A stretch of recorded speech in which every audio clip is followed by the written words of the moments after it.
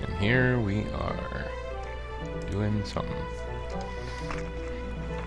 So actually what's going on in the game right now, I'm near end game, and I've got some of my ultimate kind of around end game equipment for every character except Ingus, who is behind in job levels. Right now he's at 91, where the max is 99.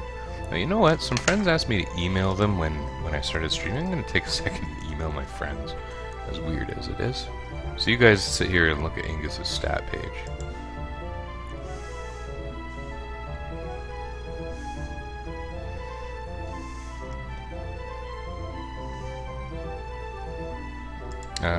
Yeah, so my friend was asking me, text or email people before you start a stream, or is there some kind of alarm app? In terms of alarm app, the Twitch app itself is very nice for this. You can also watch Twitter, but I'm not great at letting everyone know when I find the time to stream. In terms of sending an email, I'm streaming now.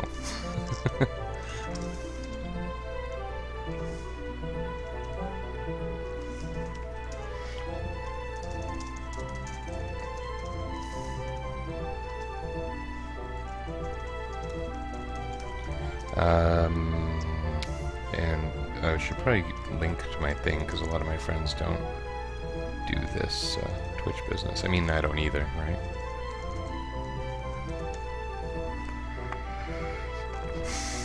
We'll see if anyone can show up. I'm not so sure about it. There we go. Any other good emails? Should I share my emails with you? I don't think that my emails are displaying on the stream, are they? That would be pretty weird. Alright. Thanks for bearing with me through that. That was exciting. Okay, we got Ingus, level 91. So if we fight 8 kinda crappy low-speed battles, Ingus will be level 99, and he'll be able to get his ultimate weapon. And we may as well do it. It's not going to bring a huge amount of benefit, but... in fact, I'm probably not going to use the weapon, but the job levels stand to be of benefit. And I mean, in general, we're going to have seen Ingus's performance have increased fairly dramatically. So that's turn 1.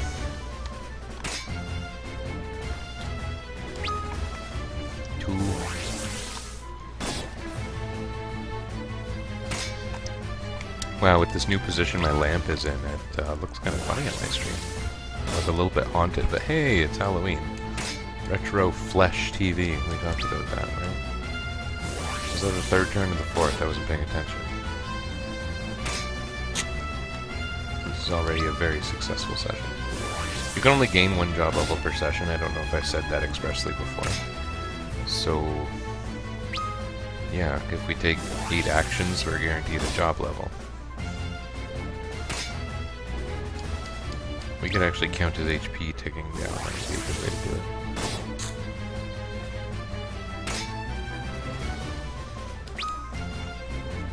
There's also a chance I crept over it in the last battle, because there's a certain amount of carryover that's possible. After this, I think I'll kill this menacing goblin.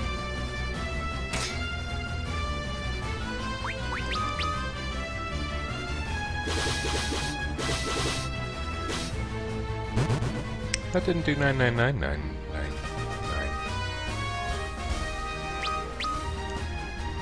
Job level.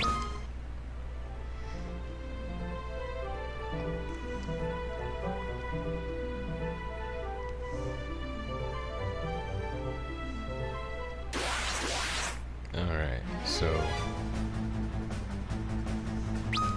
when Ingus's HP gets to 2232, we end the battle. And this way I don't have to pay very much attention. I can talk about whatever I want. Let's talk about things. None of my friends showed up. The friends I'm talking about, they're the ones who I used to do D&D with, and they're basically all friends from high school, or in some cases earlier. And they've been my best friends my whole life, but we all have kids now, and it's harder to be a good friend. because I'm a crappier person, basically. And they're still good friends. I would look forward to them being on here.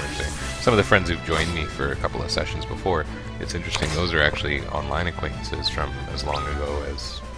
some of whom I knew before high school, frankly. Oh, well, I don't know about the ones who've actually joined me on the stream. But I meant to end the battle. It's funny how long I've known these people. Anyway, my friends who are actual in-person type friends is sort of a different animal in my generation. I don't think any of them stream themselves. I think the one who goes by Alrek Phoenix has. I don't know on what media, and he plays more popular games than I do, but Final Fantasy is actually kind of what made us friends in the first place. I've told that story before about my Ultros t-shirt. Okay, so this time, when we get to 2225, we end the battle. This is my system. It's a good system. And in fact, Ultros t-shirt, it was Final Fantasy VI was really the big game that kind of made our friendship. And so I might want to play Final Fantasy VI yet. That Twitter poll I had, I think it's still open right now, but it's 50-50 between FF6 and FF Tactics. And I'll be frank that the FF6 vote was from me from my personal account. So really, I probably shouldn't count it and do Tactics next. Which one will be more exciting? I don't know. I think FF6 will. I've done some more of that hacking. I now have working flee command for my thief. Working prey command for my white mage. Morph is still a little wonky. Morph still turns the person into a babe, which is kind of weird for Mon.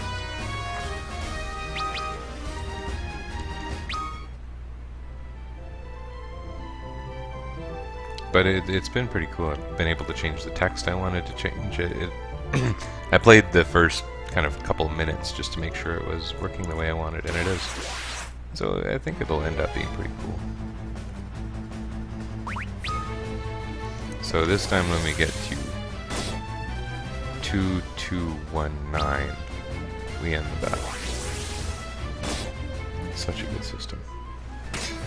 Maybe I'll open my email back up while this game's not drawing us in. You guys can listen to me check my email, because I'm a freaking idiot. Nope, they're not even there. I got a buzz on my phone and I was thinking about it.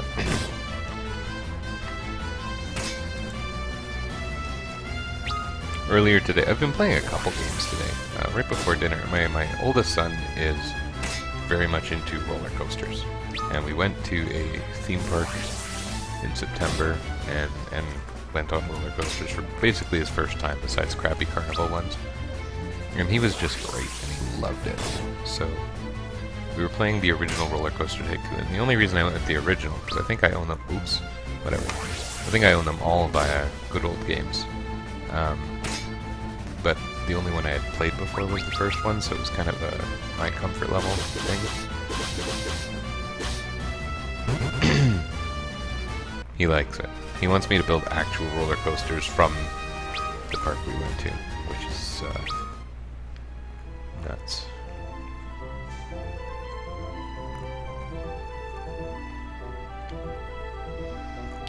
Yeah, so I was playing Roller Coaster Tycoon for maybe 20 minutes or half an hour. We all love Mario Maker. So we were playing Mario Maker, and yeah, he wanted me to, on his Wii profile, unlock Super Expert, which is silly, because I mean, I don't know if I could beat a single Super Expert level, frankly. So you have to beat Expert, and I've done Expert a couple times, not a lot, but a couple times I've beat Expert. And what beating Expert means is you get literally 100 lives, and you have to beat 16 levels in a certain percentile of Mario difficulty. So it depends how it ranks relative to other levels. So you generally get really hard levels. Levels with some kind of challenging gimmick or something. That's what tends to be the case. And it's not the first time, but I failed. I couldn't do the 16 levels in 100 lives. As crazy as that sounds. I mean, I'm not on here demonstrating my mad skills, but I've got some Mario skills. I do. I think I'm better than my wife, but I'm not supposed to tell her that. It's one of her things she's sensitive about. And we like playing together. We don't do it often, but it was like our second date ever. Was I came up with some plan to go to a restaurant, which is kind of weak, frankly, because at the time I wasn't driving, and so what am I saying? Like, take me here to eat. Not the best date ever. She goes, why don't you just come to my place and we'll order pizza and play Mario 3? It was one of those, this relationship could work. And it was one of those moments where you think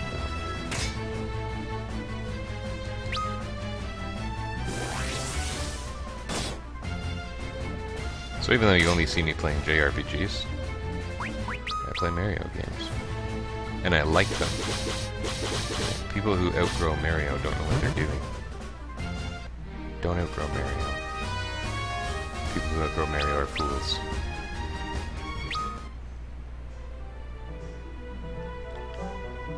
Mario Odyssey, I guess, comes out in a couple days. I haven't got a Switch yet. We don't need one, frankly.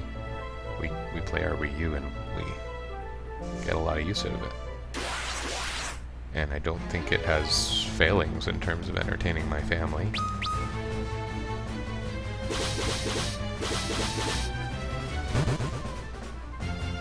The greatest piece of gaming hardware ever? I did not say that. But what is the greatest piece of gaming hardware ever? It's not the piece with the highest end graphics.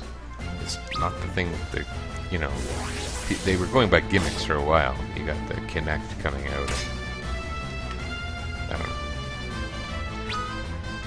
Was that really such a great win in the last era of console competition? Not really. And who's winning between the PS4 and the Xbox One? My take is neither. They've done very linear, very minor upgrades. I mean, the hardware upgrades are good, and they're pushing the limits, and it's good for industry. But what is it getting in terms of the game experience? What is that doing for people? I don't know.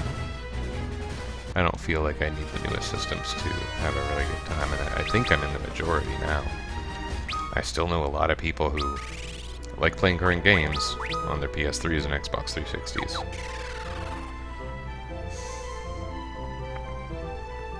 Ain't nothing wrong with that. You pay a lot of money for these systems. It's too bad they have a planned obsolescence, and it is planned. And now they've got this half-generation thing happening too, with oh, that's nice. With the Pro models and whatnot. What the heck does Pro even mean? What are these? There are gaming pros, but I don't think that's who's buying those systems. Uh-oh, his HP's not going down. Now how am I gonna know when to stop?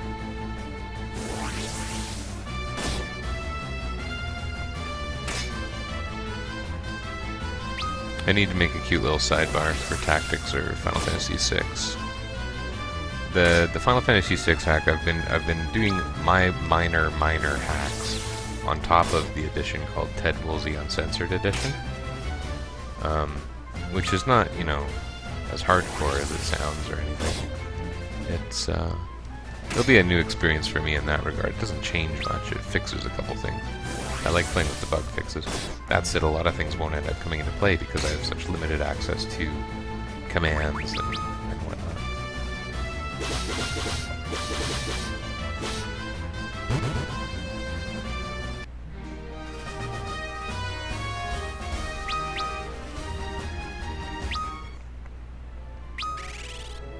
Are we at 98? Nice.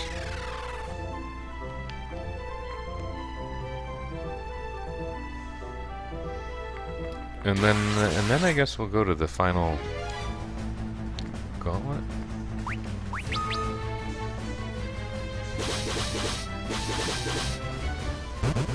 I've seen what the final area of this game looked like on the Famicom. I think I saw it in a TAS or something.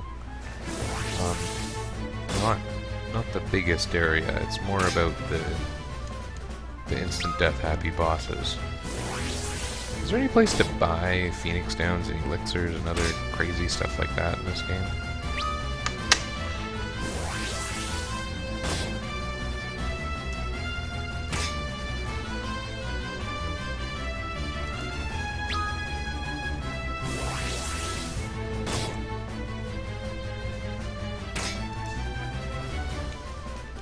This is me literally checking because it would be a shame not to.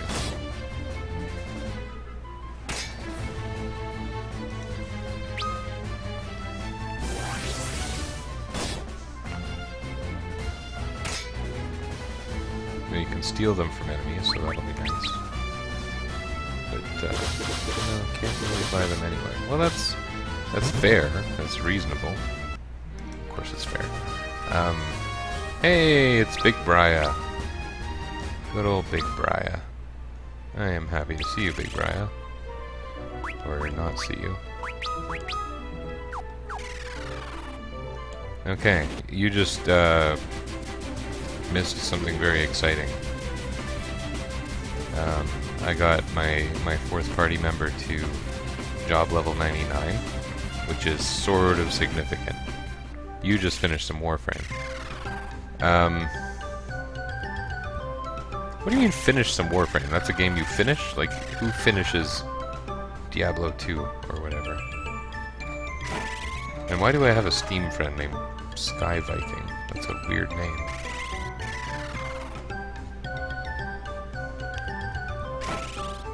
I can look at my friends here. So when you get to job level 99, you get this optional side quest where the legendary smith can provide you with kind of nearly broken endgame equipment. Except if people tell me this game's really hard, I don't know that I've seen it be really hard. I mean, I've had some wipes. I think it's in part because I'm playing with some limitations here.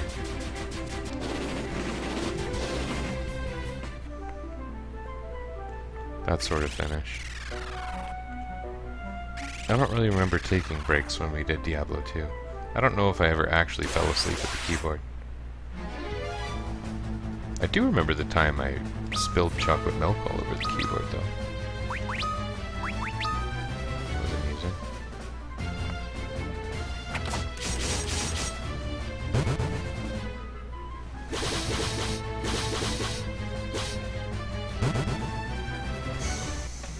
I wish Refia was doing 9999 damage against these crappy low-level enemies. So now I'm flying back and forth between two very nearby towns in the interest of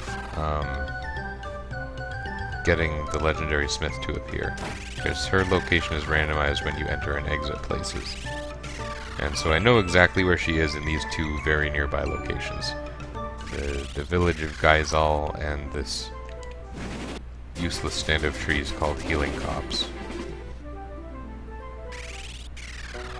Hey!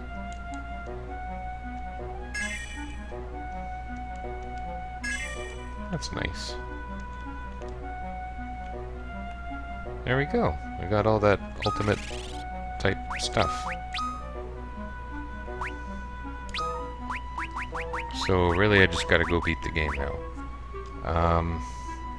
Save the Queen offers substantial bonuses to Vitality and Mind, so it's basically a defensive weapon, whereas Ragnarok offers 5 all around.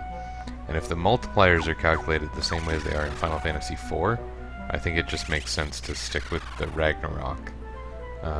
Better on the offense, for one thing, marginally, but probably as good in terms of magic defense and only a little less in terms of regular defense, which Ingus has no problem with. And yeah, it should be noticed Ingus rhymes with Dingus. I've already pointed that out a number of times.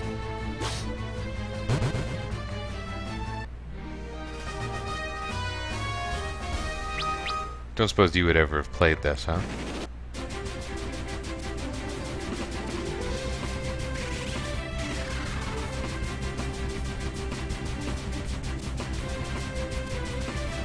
Yeah, you probably just shouldn't. I mean, I'm not finding it very fun. I'm playing with a set of, like, something sort of like challenge rules, except that it's not that challenging. But, I don't know, it's not the greatest. It's okay.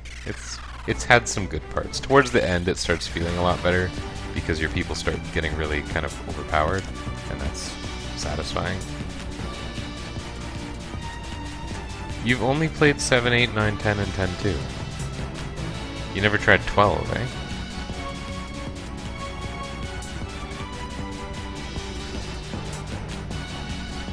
Where am I?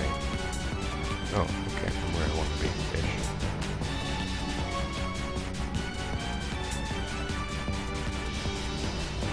Oh, come on. Stupid slow airship.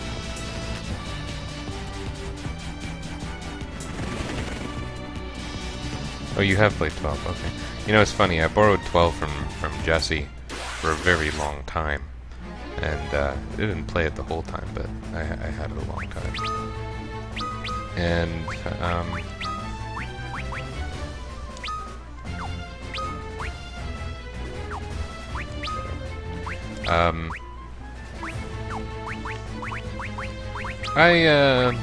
I like 12. I didn't get anywhere because I just wanted to keep doing all the optional stuff, and we just kind of kept doing optional stuff, and then had to give the game back to them. So,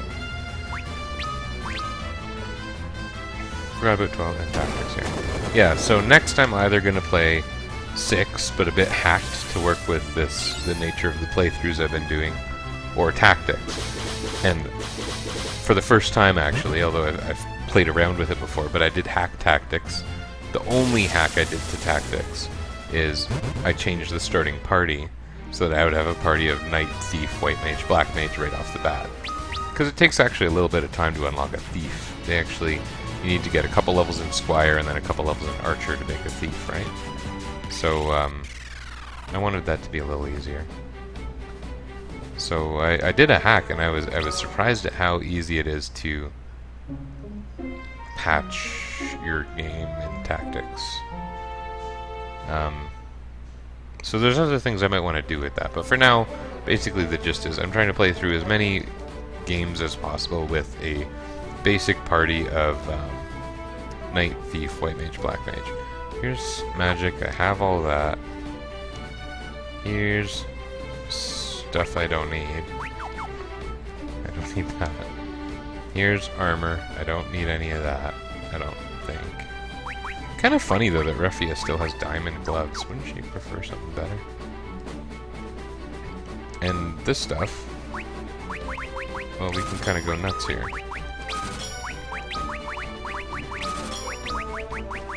And we may as well, right?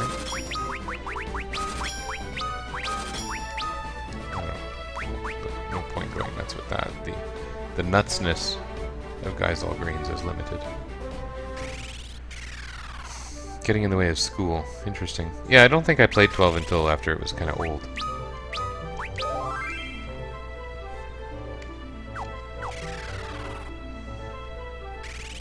I think I enjoyed 12. I kind of want to play the new release of 12. But then again, my computer's not very strong. Same problem Adam had been talking about. In fact, me and Adam have very similar computers, right? They're not exactly hardcore gaming computers.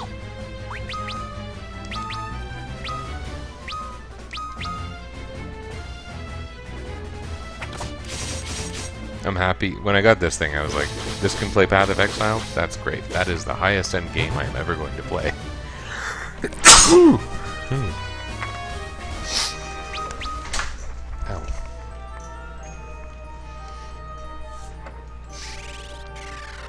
Yeah, I think it sounds good. It's interesting that they've actually... my understanding of Final Fantasy XII, they had this Japanese release called International Zodiac Job System. And that's where this whole thing came from. But they've actually added things since then, even. And the big thing they added is you actually gain the ability to have multiple jobs or multiple license boards available. So it lets you customize characters, but the new version even more so, but still much more restrictive than the original game, which was super duper open. What's really funny is, and it's funny because I think Final Fantasy XII had some loose association with that fellow named, is like, I don't know his first name. I'm gonna say something generically Japanese, Akitoshi or something. Yeah, his last name's Kawazu. And he's the guy who was kind of like the director for the Saga series of games. And you might remember the Saga series of games more as the ones me and Adam liked playing. There was Unlimited Saga, there was Romancing Saga, Saga Frontier. And those games have their pluses, but their character development systems, it's pleasant that they're so incredibly open-ended, but they are unbalanced and unpredictable. And I remember reading some kind of interview recently about the new release of Final Fantasy XII. I got loud cats going on. And one of the developers was saying, like, with Final Fantasy XII, we totally expected people to just let their characters specialize, but instead everyone just wanted to find ways to make all of their characters capable of doing everything. And all I can think of is, well, of course they did. Of course people like learning about games and then basically exploiting the systems you put in front of them. That's basically what playing a game is, especially a game in a genre like RPGs. So I thought it was pretty short-sighted of the, oh, you're just saying the same thing I did about the 2 jobs. Yeah, it seemed really short-sighted of the developers. It's like, it's as if they never put it in front of a test audience, which I don't think is true, but that's how it feels to me. Yeah, 2 jobs. Once you pick jobs, they're considered, finalized, I guess.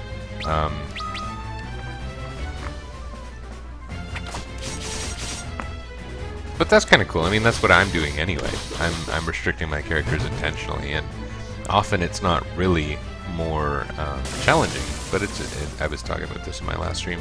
It's a different way of playing things. If you're not always using the best strategy ever or the one more suited to your play style, you see the game in a different way, and that's interesting. And so, like playing tactics with a 4-person party, and the party's just always Knight, Thief, White Mage, Black Mage, you're going to be playing battles differently than, you know, having access to ninjas and monks and summoners that you might use more regularly. Or, you know, endgame. You can just rely on people with crazy overpowered attacks like Orlandu and such. Switch the jobs a lot more. In this game, it's, for one thing, it's a little bit confusing. Because this game is called Final Fantasy III, and it's actually Final Fantasy III. But probably in the past, you and I have also talked about Final Fantasy III referring to Final Fantasy VI, because they did that goofy thing before Final Fantasy VII where they named everything kind of badly. So Final Fantasy VI actually has no job system. So when I play Final Fantasy VI under these constraints, it's going to involve a bit of a hack. Not a big one. But yeah, this is a job-based game. This was actually the first game that allowed changing jobs in a playthrough. So it's kind of the foundations of the job system that was used in Tactics, but they kind of like, there was pick a class for your characters in the original Final Fantasy. And then there was change your jobs on the fly. I'm going to show you what that looks like here. So here's all the jobs that these characters have unlocked. Which is everything? I think they have everything now, because I mean we're approaching endgame here. A couple of them are optional, like Onion Knight is optional. Didn't think you need there is no backstory, you know that. They're not really connected.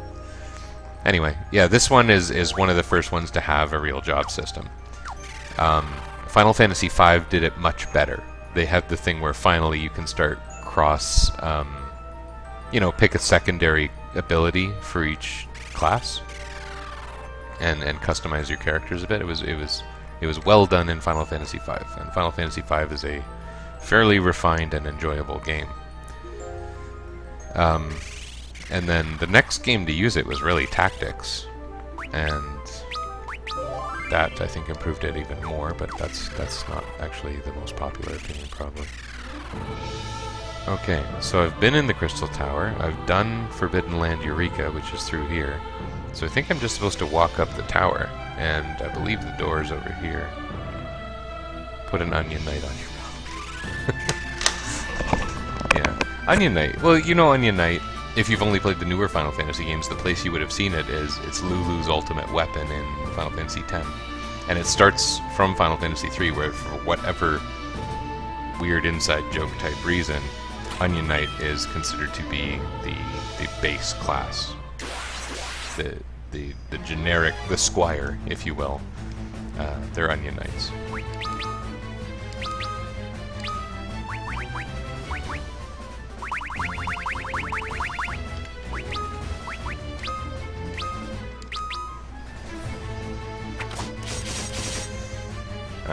Yeah, but then when they redid things, they added a new base class for these characters called Freelancer. And they don't really have an equivalent of Freelancer in Tactics, but it's basically the job when you don't have a job. So the Final Fantasy games that do have fairly strong uses of classes, and they kind of downplay characterization as a result, those are Final Fantasy 1, 3, 5, Tactics. Oh, these guys and their unfortunate name.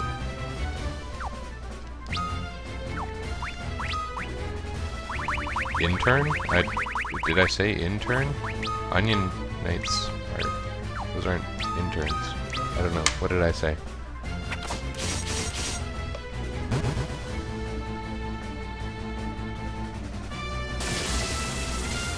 I think I missed why you're saying intern. We probably got like 30 seconds lag, so that might be a factor. Oh. Okay. That would be good. The intern. You know, it would be kind of cool if it was like a job that was basically featureless. It was the base job for everyone, and it had a built-in passive skill that was gain more experience, and it was called intern. Or it could be called something that's not silly, but, you know. These games sometimes take themselves really seriously and sometimes not. Job without a job was the joke. Intern. Okay, see, I feel bad, because that was actually a pretty good joke, and I didn't catch on.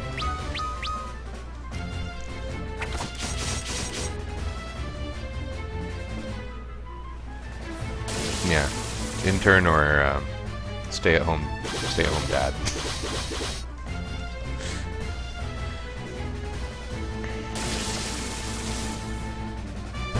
No worries.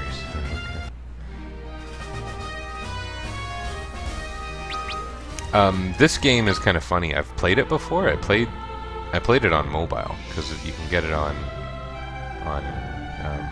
Google and iOS devices for $15 when it's not on sale. You know, these things. No worries, Twitch. I'm missing some context there, I think. I am in the big time as a Twitch streamer, though. Totally. They had their big convention recently, and I actually know a couple people who went. Because one of the people who has the same job as me at my place of work is actually a somewhat prolific Twitch streamer. But he plays real games. He plays... His big one is DayZ. But he's also playing... I don't know if they call it PUBG or if they always call it PlayerUnknown Battlegrounds. And he makes money off it. You make reasonable money if you hit the big time. Now, I can't do that because I have children and such. But children and such. Especially lately. Goodness. So yeah, I'm on strike, and my wife is able to easily slide back into her work as needed. So this has left me completely as a stay-at-home dad, which is okay. That's not cool.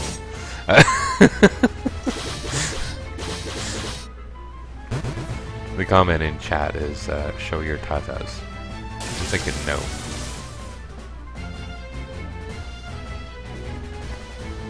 Yeah, stay-at-home dad. It's I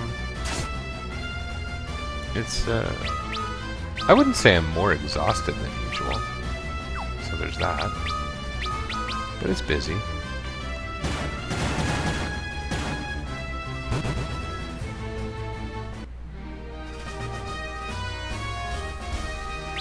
I'm a little worried about what's going to happen when we go back to work. I don't know how I'm going to balance things. But I don't really have any insight into what's going to happen. How long have we been on strike? This is week 2. So, just over a week. What is this thing? Oh, okay, it's just a decoration. So yeah, this game, I was talking about it. I've played it on the mobile release, but Glacia Lavalis. We've seen that name in some other game recently. In 6. But I've never played past, probably a little bit past the halfway point. And so this whole area, this is one of the last couple areas. You kind of go here through the last area, through the point of no return is coming up. I've never done this, so if it looks like I know what I'm doing, I promise you it's coincidental. Ooh. He punches with the stars coming out. That's no good. We don't want Ingus slaughtering the team, because he could. Oh, good. And the people have been asking me how long the strike's going to last, and I only have educated guesses. I mean, the students were trying to ask me before. I really have very little actual insight or certainly knowledge about it. Stupid invisible passages. Crap.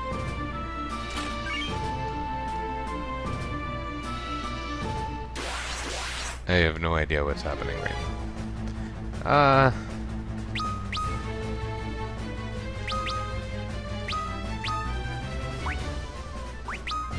But, you know, these things, in my experience with,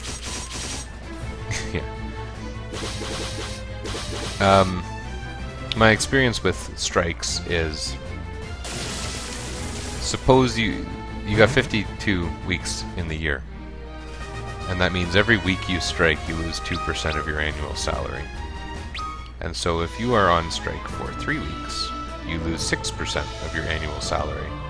And then your employer will have no problem coming back offering you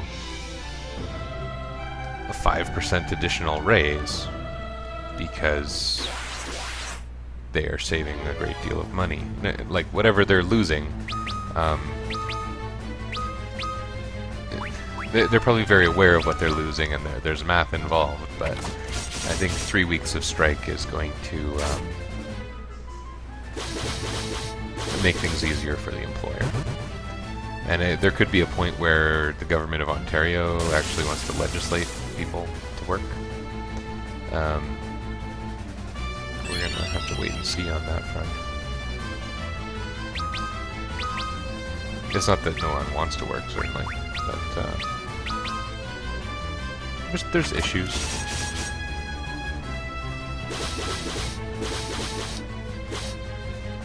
Yeah. Carry a clipboard to earn trust, or write things down. Writing things down, that's Adam Savage had said, the difference between goofing off and doing science is writing it down. So that helps too. The clipboard and the writing it down, they kind of go hand in hand. I guess that goes to, well, that suggests that people trust scientists, but I think we know from US politics that that's not true. The issues, frankly, I don't want to get into it too much here. I don't want my game stream to get too personal. I'll say that, you know, one side's going to paint it as being all about pay, and the other will not.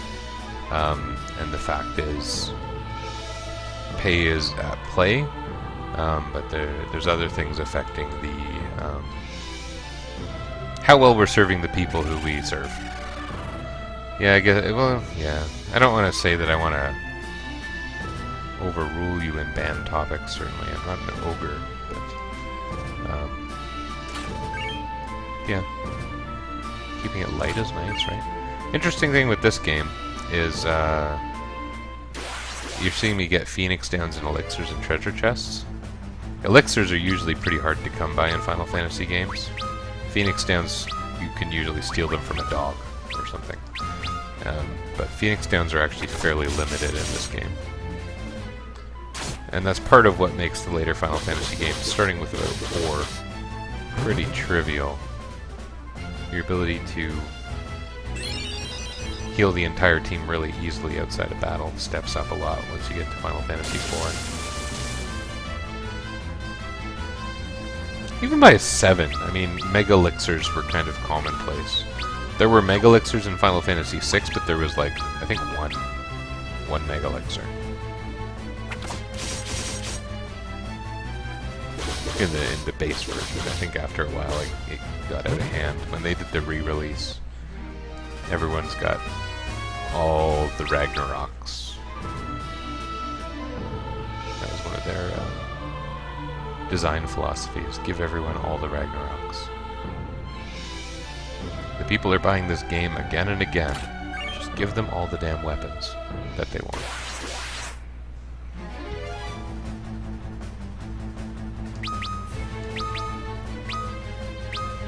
I'm not sure I even know the last time I played a game that hadn't been re-released. Whether I'm playing the re-release or not, it's just funny how often I'm playing these things that they release over and over again. Like even casually, well, I mean, I was talking about Mario Maker earlier, but certainly Roller Coaster Tycoon has been out a lot.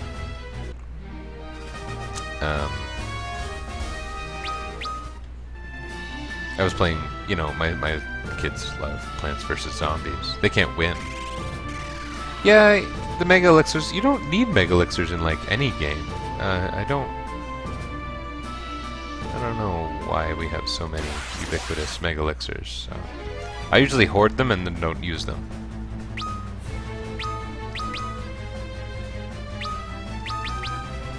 This is the guy who confused me before. I don't want to be confused. Yes, that's right, Raffi, I do a critical.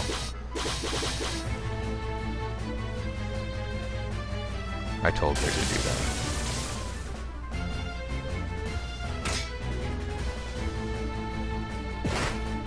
No stars this time.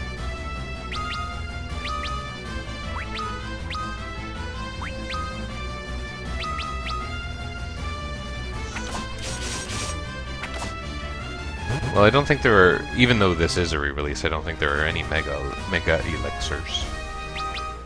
But there is a bunch of crazy endgame equipment that's not normally in the base game. This game was originally released on the Famicom, which I think you know is the Nintendo Entertainment System, essentially. But they made this lovely 3D remake for the DS, and then they released that again on mobile and then on Steam. And I think this has a little bit of slightly better texturing and scaling than the original DS release. It's not amazing. What's funny to me, though, is there's this charity event that you may or may not be aware of called the Final Fantasy V 4-Job Fiesta. And it raises money for Child's Play. It's in the month of June every year for the last several years. And they basically, as a challenge, because it's kind of close to what I'm doing, you say you're going to play Final Fantasy V, but you're only going to have access to 4 jobs. And so it changes up the experience in playing Final Fantasy V. And there's Final Fantasy V is released on Super Nintendo, Japan only, PlayStation, and I think it's available via newer PlayStation stores because it was released on PlayStation. Mobile stuff and Steam. But the Steam release is, considering it's basically like an enhanced port of a Super Nintendo game, it's weird. They added like a small number of these really crazy visual effects, and it eats up my crappy sort of for gaming, sort of not computer's little processor just chugs on it. And it didn't want to run at the same time as broadcasting software, that's for sure. So, yeah, Final Fantasy V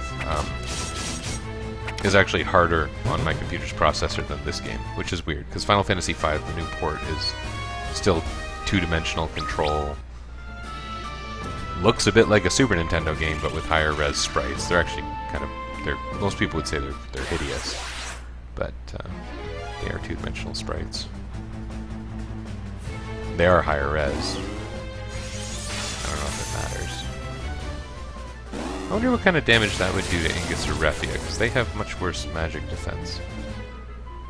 We're gonna flee because we got our rows all screwed up from a back attack. Yeah, the Steam releases of the FF games are bad mobile parts. All of them. I don't know. This one's not worse than the mobile, certainly. You can tell from the user interface in battle that, you know, like the size of the little options I'm selecting, it was clearly meant for touch controls. And I can actually use... I cannot actually use my touch controls, apparently. I thought it would be fine. But I mean, that's what it's designed for. Touch controls.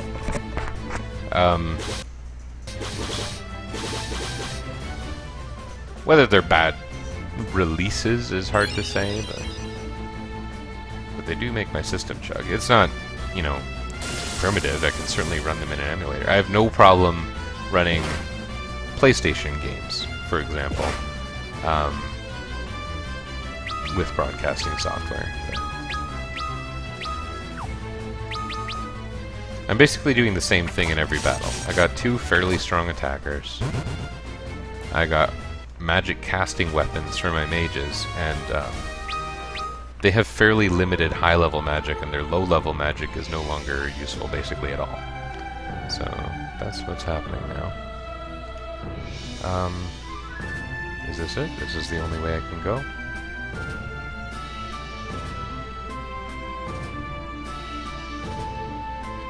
And they don't even have the highest level magic. In this game, there's an upgraded white mage job called the Devout, and an upgraded black mage job called the Magus. And so I'm using kind of second-rate classes for Urk and Luneth. And most people would also say Thief is a bit of a waste of a character. But she's doing just fine. She's been pretty much my highest damaging combatant for most of the game. Now I think Ingus is. He's got these 2 crazy swords. He seems to be hitting that damage cap a lot. I don't really understand the damage cap. I don't know. It's really easy to get rid of. There's a few games where they've patched it out. Like, you can get Final Fantasy IV with the damage cap removed pretty easily. And it doesn't break things. So I don't know why they do that 999 business. Totally unrealistic. In real life, you can do more than 9999 damage without your ultimate weapon. Poured useful gear stats onto 1 or 2 great attack characters. Well, yeah. The gear is pretty limited by class in this game. So Refia can only really use knives and throwing weapons, so she's got the best of those. And Ingus is my only character who can use swords, so he's dual wielding the Excalibur and the Ultima weapon and the Ragnarok right now. So they end up being the best combatants because of that. Urk and Luneth are just suboptimal versions of the characters they would normally be anyway. But yeah, with games like Final Fantasy VIII, it's really easy to let even one crazy overpowered character run the game.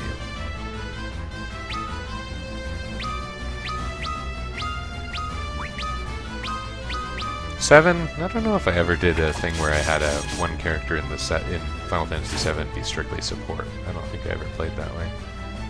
I usually tried to make everyone pretty well-rounded, and it's pretty easy. Getting a powerful team in Final Fantasy VII for any purpose except the super bosses is actually pretty trivial, right?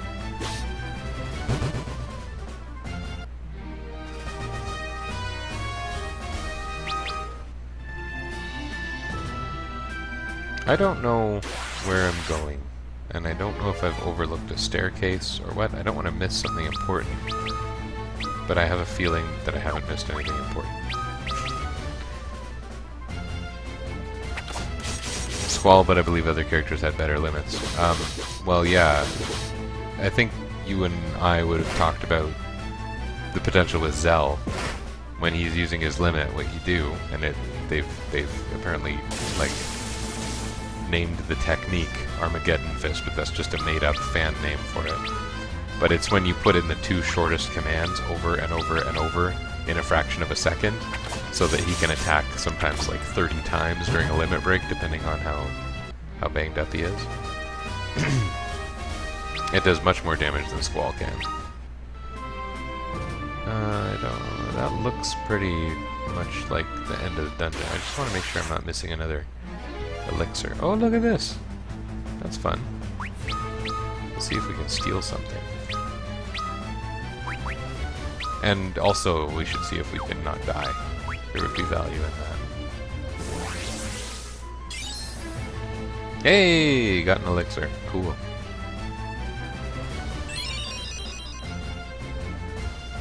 Dragons give you elixirs in this game.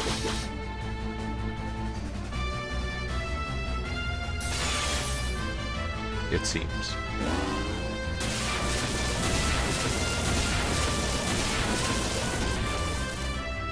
Well, that's still quite strong. Not ruining my day or anything, but quite strong.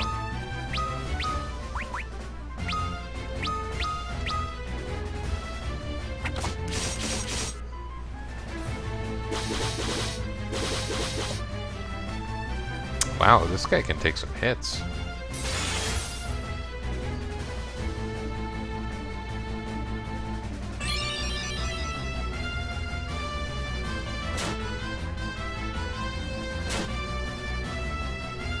Can't deliver much in the way of hits. Whatevs.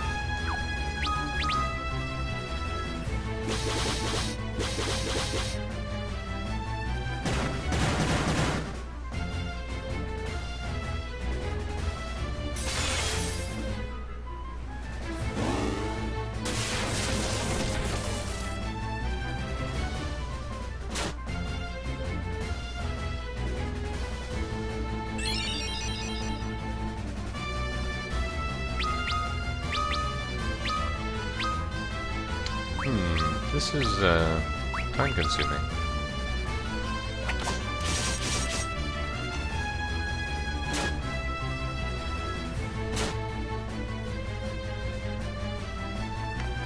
So as I was saying, the job system got a bit better between Final Fantasy III, Final Fantasy V, and Final Fantasy Tactics. Better is a little bit subjective, but yeah, pretty much I would stand by what I said. And that means that you literally can't use another ability from another job in this game. So your knight is really just a knight, your thief is really just a thief, and you can change jobs. But if you found something that works, there's not really any motivation to change or specialize in more than one thing. So, look at that, I got another elixir as a prize. That's cool. So I'm just going to go this way to make sure I'm not missing something that would be useful. Oh man, it's a big place. I guess if you're going to make a crystal tower, you may as well go all in, right? Well, this is a pointless little diversion.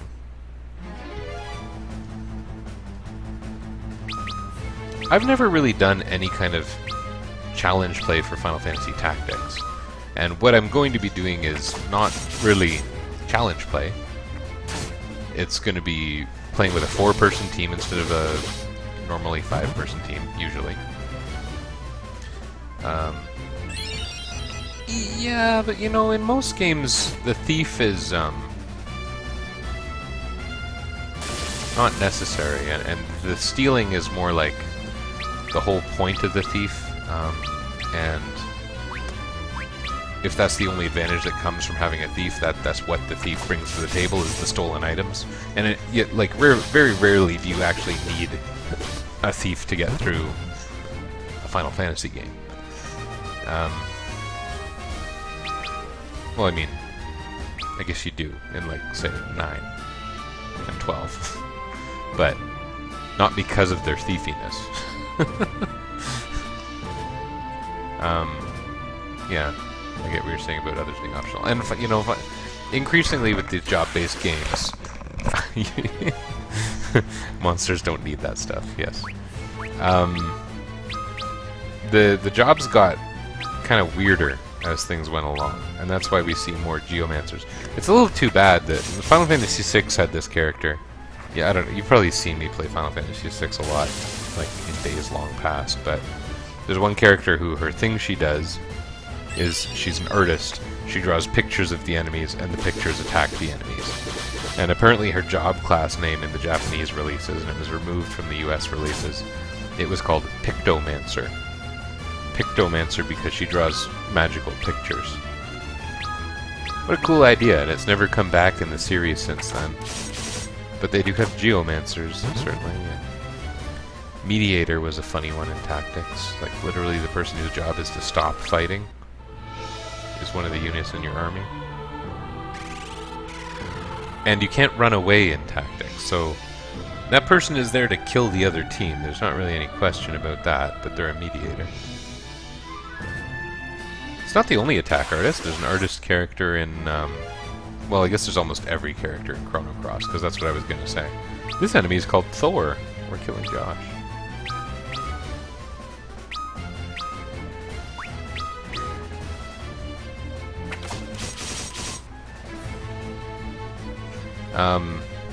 Yeah, there was an artist in Chrono Cross, but Chrono Cross was one of those games where it had like 40 playable characters or something.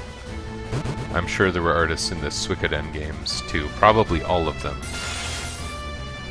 I'm not thinking about it too deeply or anything. But Suikoden games have 108 recruitable characters each, right? So odds are they have a dragon for a head and a hand, yeah. Do you wonder if they can make love?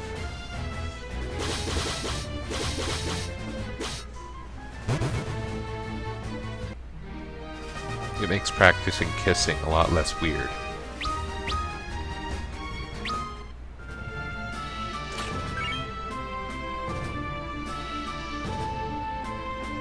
So there's a phoenix down in a chest. Over here we're probably going to find an elixir in a chest. But if Refia could get a better glove or something, I'd appreciate that. I understand the final dungeon, the final segment of this, what is basically the final dungeon now, is just kind of one continuous blob of dungeon. But it's full of ribbons. We got ribbons for every character, which is going to be cool. Ribbons in the Final Fantasy series, in newer games we associate them with preventing status attacks. But it used to be they just protected against everything. They were really the ultimate defensive equipment in Final Fantasy 1, 2, 3, 4. 5. Then by 6 they changed to just being a relic that prevented status attacks. Stayed that way for 7. They were sort of present as some kind of GF thingy in 8, but I don't really remember. Oh, Crystal Mail. Well, I can't use that. I was kind of hoping for Crystal Gloves, but I don't even know if Refia can use that. Oh, here's one of these pretty brain friends.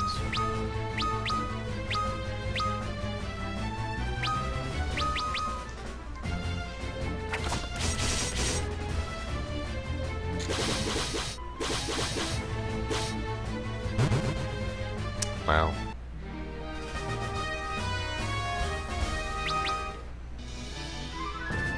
Did you have an account for Twitch?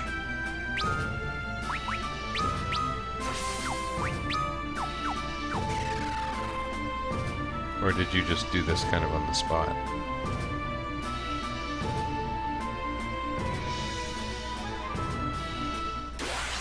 Okay.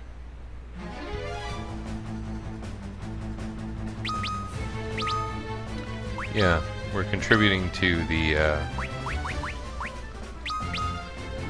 big data ownership by Amazon. So if you want Amazon to own your ass more than Google and Facebook, you gotta use this.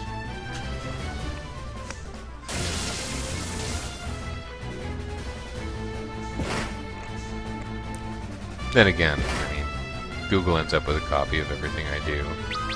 Facebook doesn't.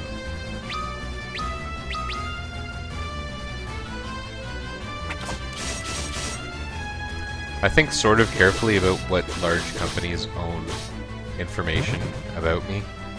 Basically so that, you know, when I die they can clone me using the comments I make during my stream. That's the hope.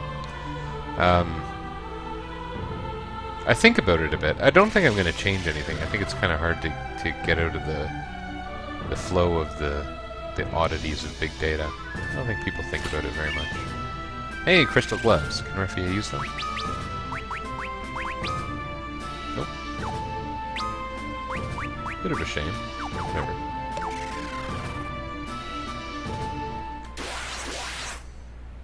This is a lot of fights. I want to stop fighting. Let's just make peace with the villains. Who even are the villains? I guess it's Zan? Zandi?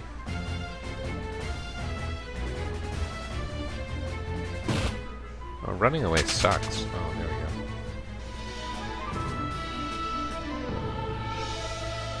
we go. Crystal shield. The next chest is going to be the crystal meth.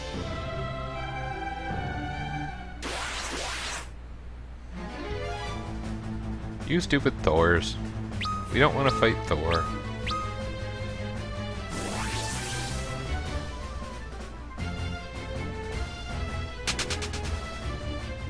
Mix things up and say we the clone isn't good. Yeah, that's a good point. My wife needs to know which one to shoot. Yeah. So what's something that my wife would never hear me say?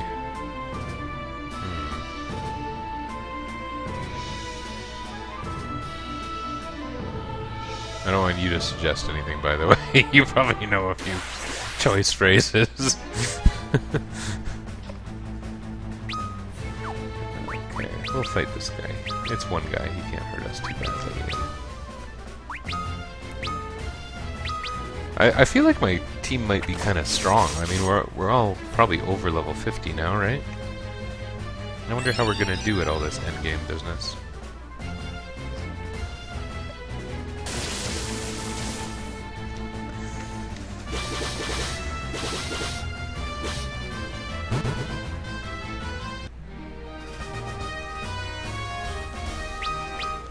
I've said some nice things about my wife on this stream, though. Yesterday I was talking a bit about, like... I don't think I said anything in particular other than, like, how appreciative I am. Because it came up in my yammering to myself. Was it yesterday? I don't know when I do things.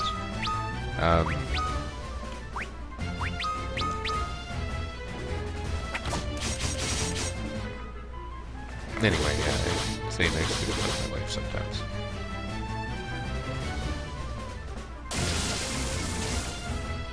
So she would have a hard time knowing whether to, who to shoot. That would be a problem.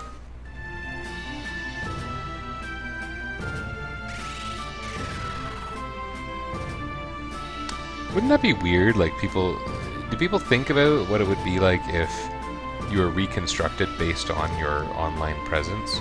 And you think about some of the dumb things people post online. There's going to be all these people being cloned, and their clone is going to be in permanent duck face. That will actually be quite amusing.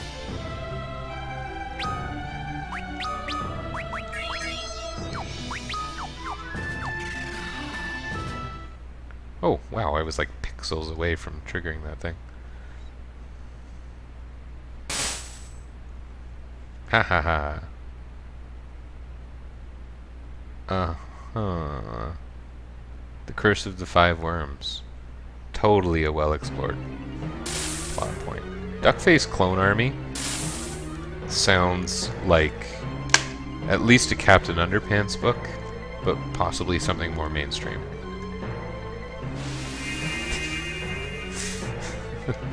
Duckface Clone Army. It'd be the next, like, disaster picture after Geostorm.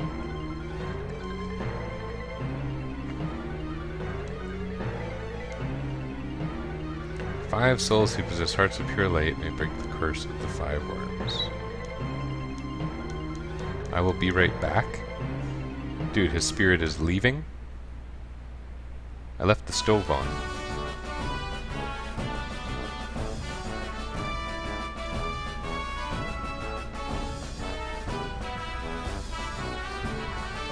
My scantily dressed princess, right?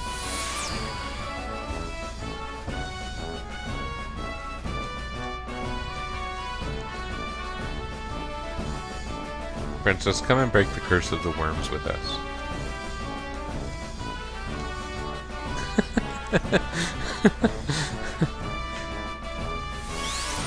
And I killed that guy a while ago. And he came along to help us in spirit form, except he left the stove on.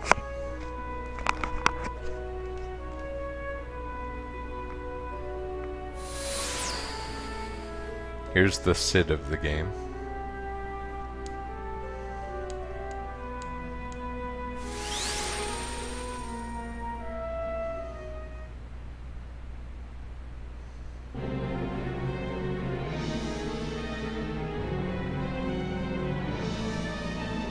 Oh, this guy's alive? I thought he cooked himself in lava.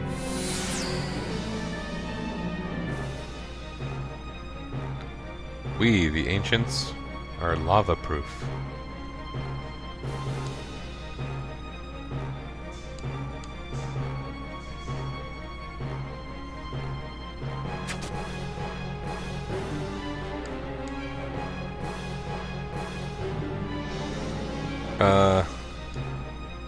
Yes.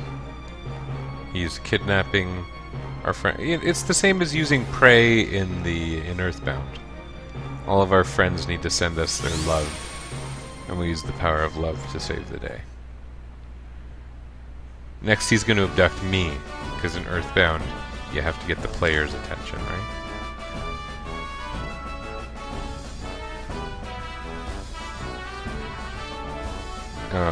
This scene looks strange with the facial expressions and the posture of that guard. Like, if he was a few more pixels further up, that would have been very strange. And I don't know why I go there, really, but... why does love always kill things in these games? That's a good question. They both try to make you think love is wonderful and love is terrible, which maybe that's exactly right.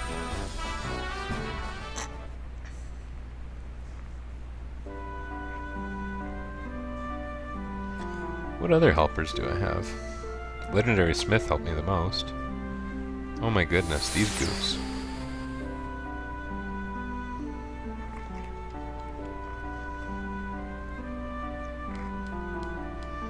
I wonder if this actually happened in the Famicom version.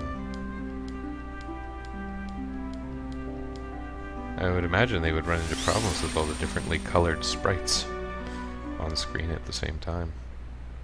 I think at some point I'm going to have to play that.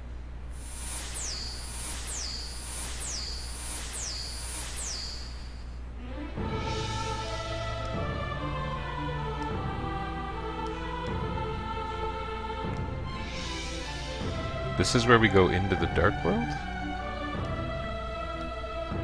Don't we have to fight Zand?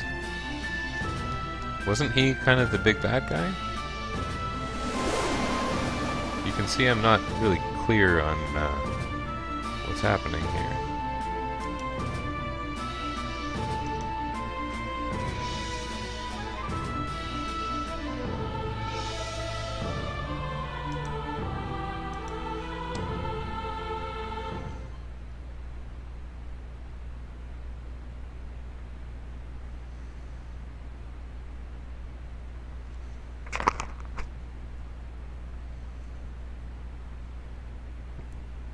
Yes, stairs. We've really been looking at these stairs for a while.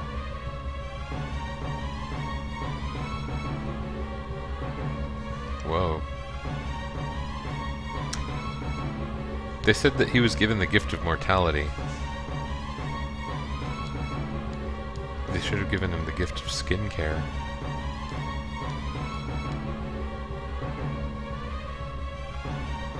He looks tough. I wonder if he'll be tough. I wonder if he'll use physicals, because I like having my protect spell on. No, we should have gone into robot bodies. This is funny how similar it is, actually, with the friends praying and then you entering the mirror dimension. Okay, so what do we want to do here? I think Raphael will start attacking. I think Ingus will be able to use the Defender, although I don't know if it's necessary, but why not? Oh, Save the Queen casts Reflect, doesn't it? That might end up being useful. You we'll cast Haste on Raphia. Same as we were doing during the important fights. I guess this is an important fight. This is kind of like the climax of the game, thus far at least. So,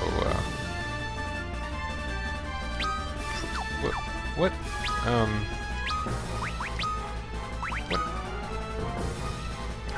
Yeah, I guess just use a strong magic. Hopefully he's only the third strongest one.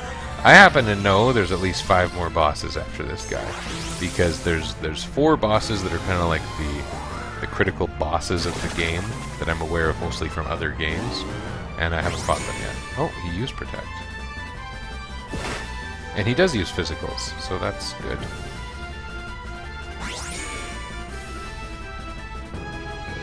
Alright, we'll attack. We'll use Defender. We will haste Ingus. And you keep attacking.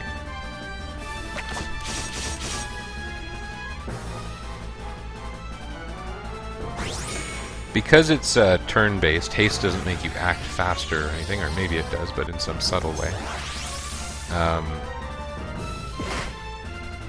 Wow, and that's with Protect on. You chose your target poorly there, Buckaroo.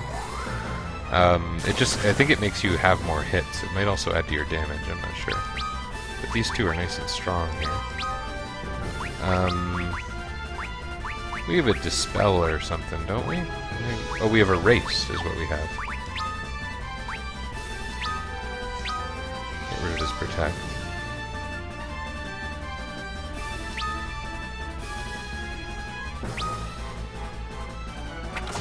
Yeah, I think it sort of is a final boss rush. This guy's kind of been the big bad to this point, but there's more bosses, and I think they're in quick succession. There's no save point after the last time I saved way the hell outside this tower. And I would have to actually exit if I wanted to save. And I think I might be at about the point of... I might not be able to go back at this point, actually. I'm not sure. That's the kind of thing I should know. That would be useful. Okay, let's cast a useful heal spell of some sort.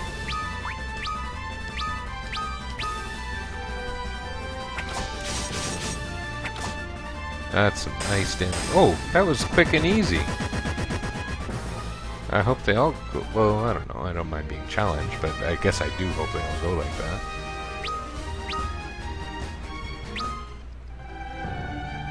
That was easy. My death will not change a single thing. Darkness will prevail. Brian, have you played the Dissidia games? Or do you know things about them? The villain rep they chose for this game is this Cloud of Darkness thing, but they have it just being a like a sultry woman is my belief. I've never really played them, but I believe that's how they represented the villain of this game. I think that guy would have been the better choice, except that he wasn't strong at all. Maybe, you say. That's odd. Okay, so there's our sultry woman.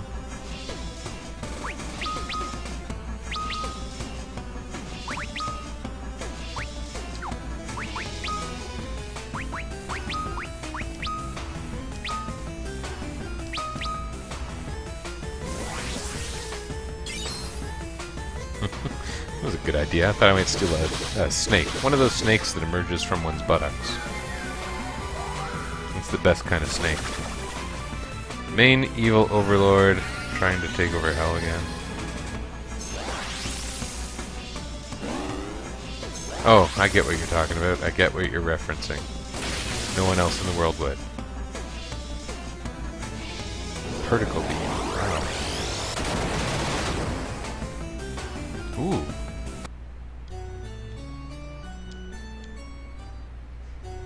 Thank goodness for plot death.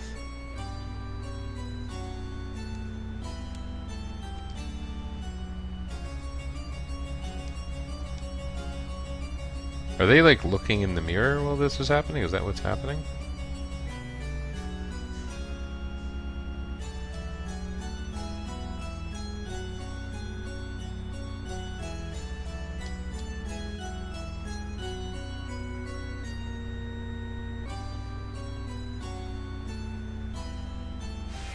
All the main characters lying on their backs like that is also reminding me of Earthbound, actually.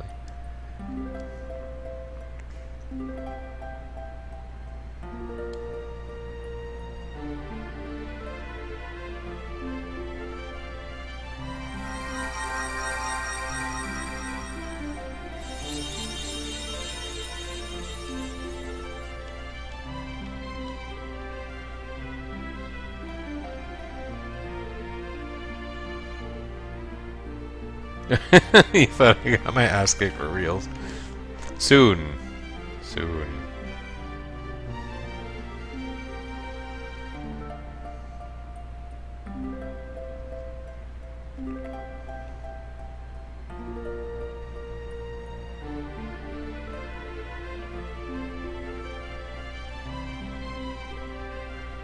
Our souls will soon join the great soul beyond. Who's talking? Is this Doga? That's funny, he was so jealous of Zan for being bestowed with mortality, and now he's killed himself.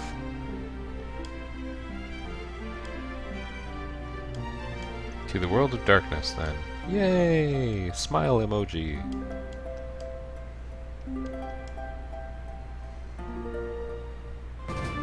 I'm glad they gave these guys kind of, sort of personalities. Oh. My friends are here. They walked into the mirror. That might have been a mistake. I guess we can just go, right?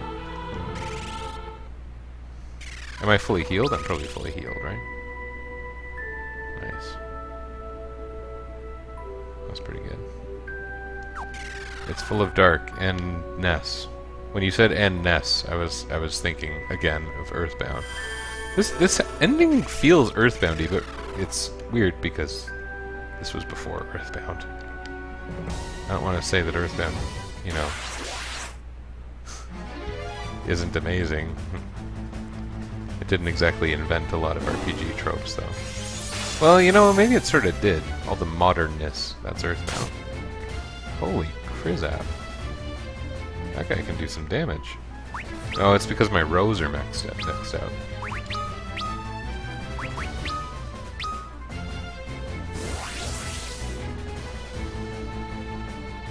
I hope I don't have unrunnable encounters. That would be pretty crappy.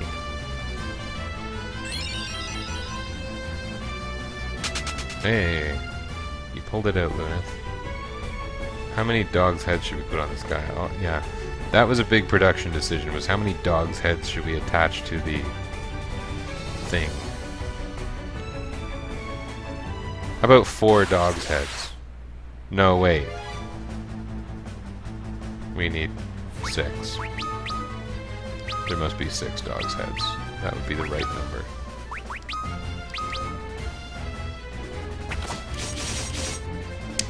I didn't observe this enemy's name, but is it a dragon? Because dragons like to give me elixirs, right?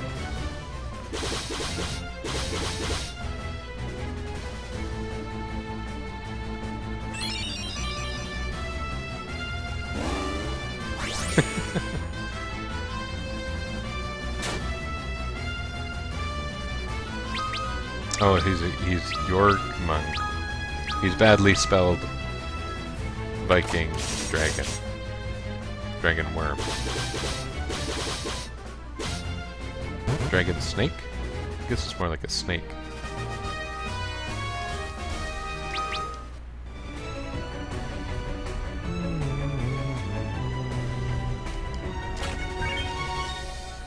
Oh. This is gonna be great.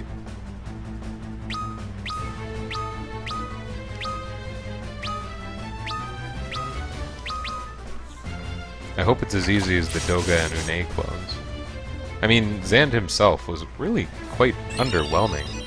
Wasn't that like 4 turns it took to kill him, or am I misremembering? He only has 1 head too. Still a ripoff.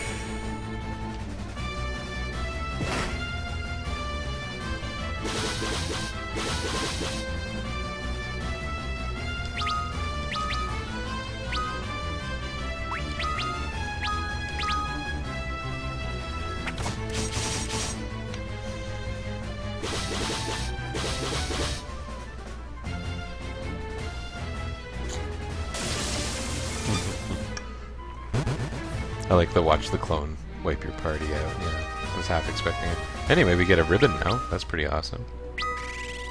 What do I expect a ribbon to do? Big defensive boost and protect all status elements. These guys have very basic headgear. Ark has the privilege of having this angel robe equipped though, so I'm going to give my first ribbon to Luneth.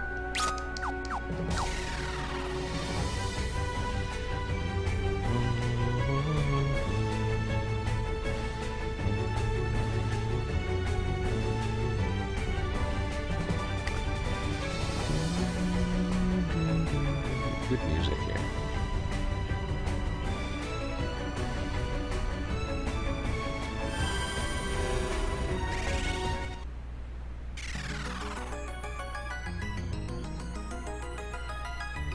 Okay, so I talked in a previous stream, but not today, about some of these final bosses. They're very, very deathy. They like death. They like making you die. And in a game where there's not exactly a lot of access to healing, that sucks. So we'll have to see how this goes. Probably Defender's still a good idea. But more importantly, we have to hope that these things die as quickly as Zan did.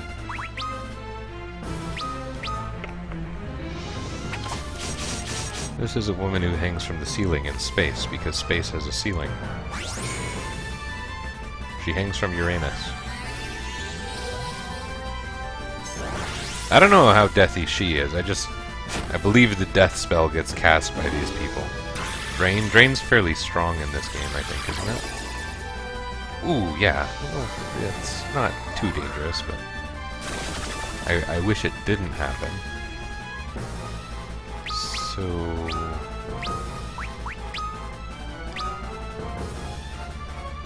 So we're still gonna... No, better not still do that. We'll cast Haste on Ingus next turn, hopefully. Depending on who gets hit with what. Lots of people with snakes coming out of them. That must be a part of the game's mythology. The fun games of hide the snake they play.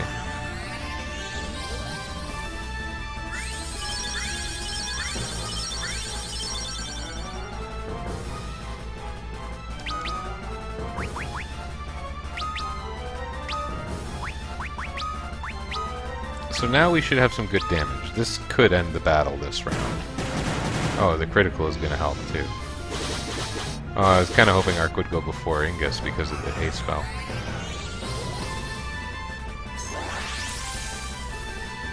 This wasn't nearly as deathy as I had been anticipating. Deathy. It's a word.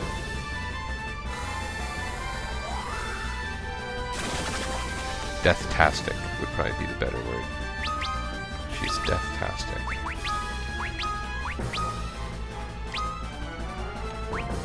Let's see if fire is as damaging. Even the strong spells from my casters are not competing with the physical damage that even a thief is doing. Like Ingus, yes, he should be doing crazy physical damage, but Refia doing crazy physical damage is kind of weird. Okay, look at the difference when she casts Drain on a magic user. It does 0.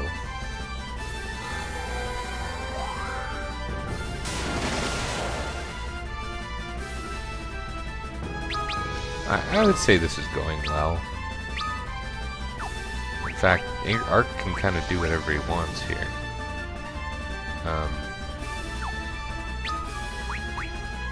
We don't have a lot of buffing options.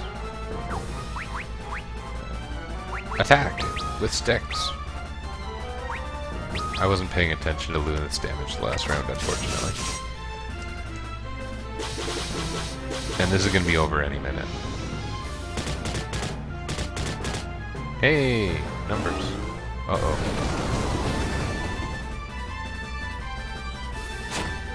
Huh.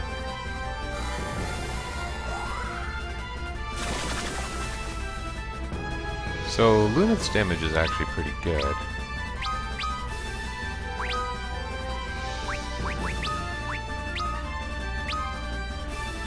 Let's just use it all, why not? We can use all our elixirs in this dungeon if we have to. I'm expecting a full heal after the fight, though. Expecting, not demanding, but expecting.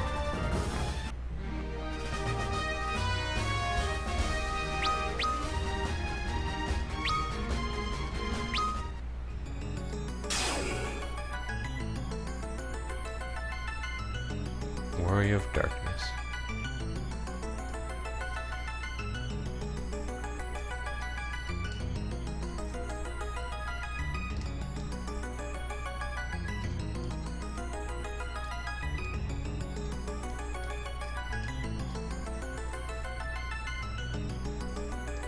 So, is that done? Am I fully healed? It would appear I am. That's cool.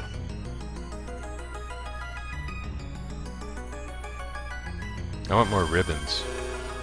Hey, we got a whole bunch of people showing up now. That's interesting. I wonder if I know any of you.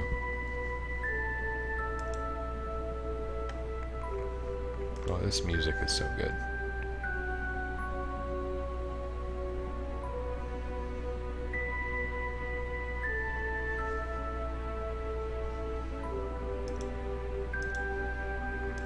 I wonder who we will find next in our search for death bosses. Dark warriors protect the darkness from the evil light. It does seem to be that way, yes. I think you're understanding things correctly.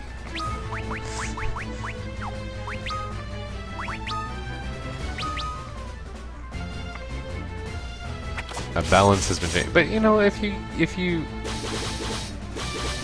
destroy the entity of the ultimate darkness, aren't you kind of ruining all the evil people's day? I guess that's the point, right?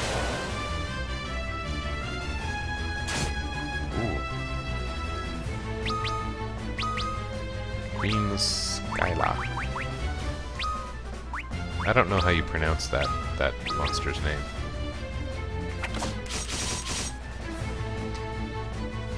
Considering, you know, running an evil party in pen and paper RPGs is fairly commonplace and most people would say enjoyable who've done it. It's kind of funny that... Well, I guess it's a JRPG trope also. Like, you always have to be the good guys and you always fight the ultimate evil.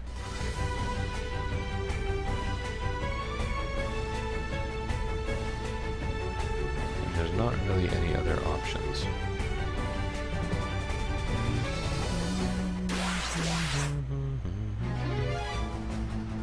Who are these guys? Cage. Or Kage.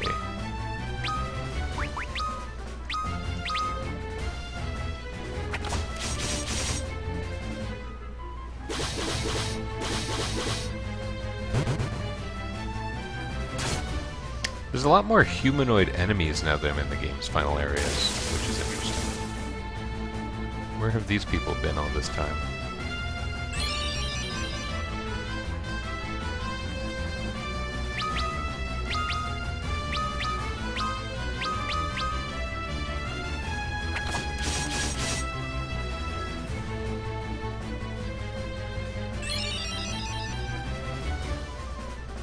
Been just living peacefully in the world of darkness. The world of darkness doesn't look like a dark place. Like, it looks cool. We should be jealous of them for living with this neat astronomical setup. If my house looked like this place, I think that I would probably have lots of company.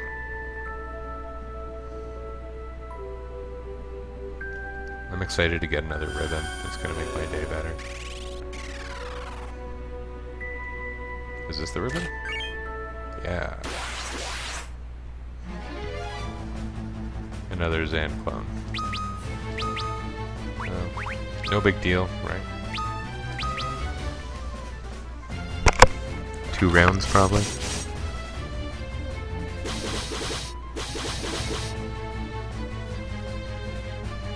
Although Ingus is actually went, he went before Protect was cast. Maybe Protect won't be cast. It's kind. Whoa, jeez Louise. You know, I should probably stop saying things about how easy things are. Things do have a way of going wrong sometimes. Oh, you're off to Sleepland. Have fun in Sleepland. I hope it looks as amazing as the World of Darkness. I can't believe you're gonna miss the epic conclusion here. I thought you said mother at first. Enjoy killing the darkness, you mother. Do you remember that local TV network that used to censor the word motherfucker by bleeping the mother part of it? That was weird. Anyway, yes, have a good night.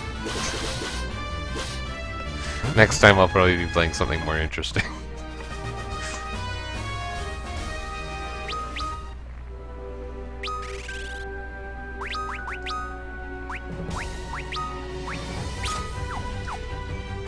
Now we are protected against status ailments like blind.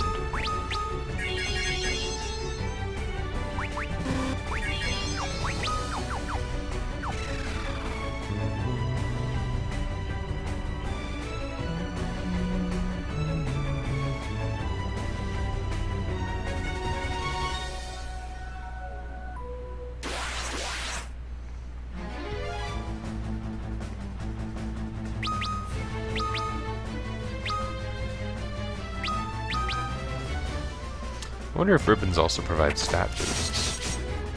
That'd be a treat. I'm not even going to bother looking because I just know I'm going to use them either way. I'm pretty sure the plumed hats that they were wearing before were not providing stat boosts.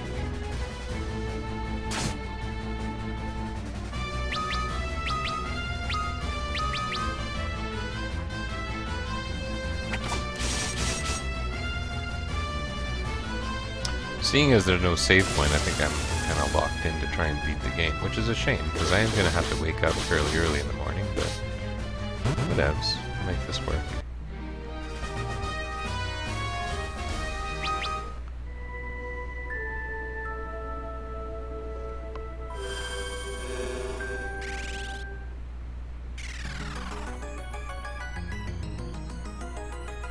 The Dark Crystal of Earth? Because it's brown?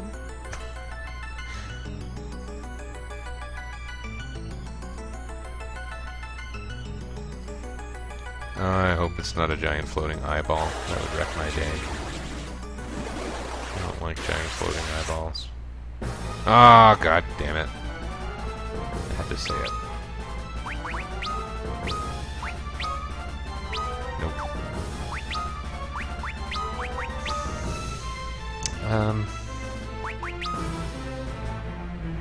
I wish I wasn't fighting a giant floating eyeball. Let's just put it that way.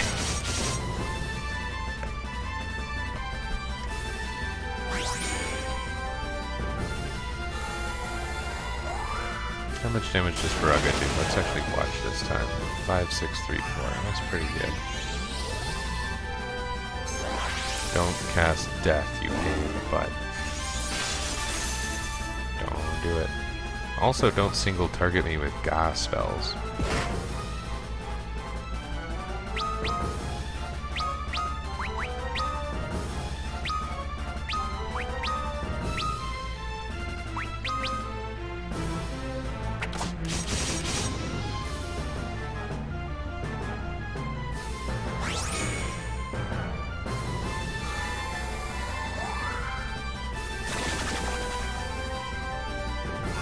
Cast death on me. Cast death on me. So far, it's not casting death on me. That's a treat. Don't single target. Refia might still die. Oh, good. Okay, now we're gonna heal. I'm gonna do that. Firaga is still good healing. I don't know if the boomerang has anti-aerial properties, or if I maybe should have had the air knife equipped to do crazy damage because he's flying. I don't know if that even works or not in this game.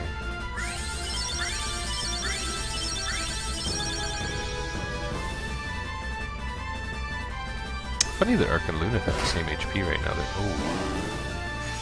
Oh, you see, that especially sucks because now all the buffs are gone. And this is a little crappy with the... we don't have remedies in the game.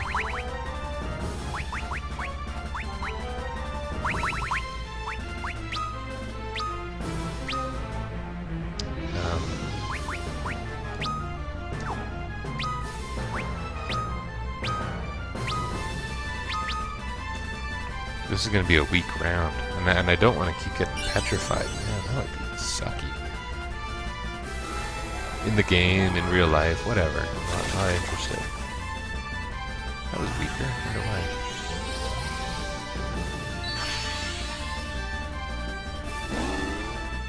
Oh no. Oh, well, that wasn't so bad.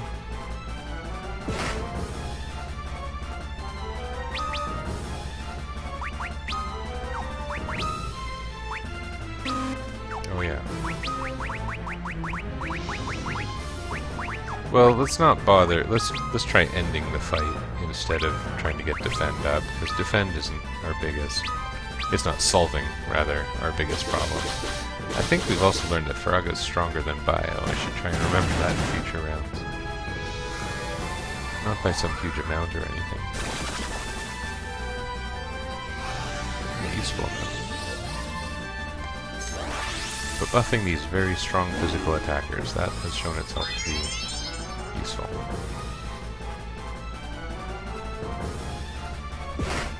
No!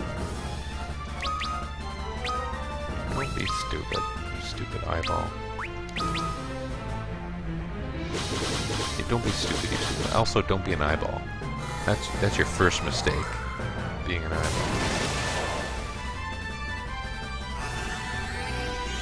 Yeah, that is a fair bit stronger. I think you could try that on the future bosses and just have a bit more power behind it.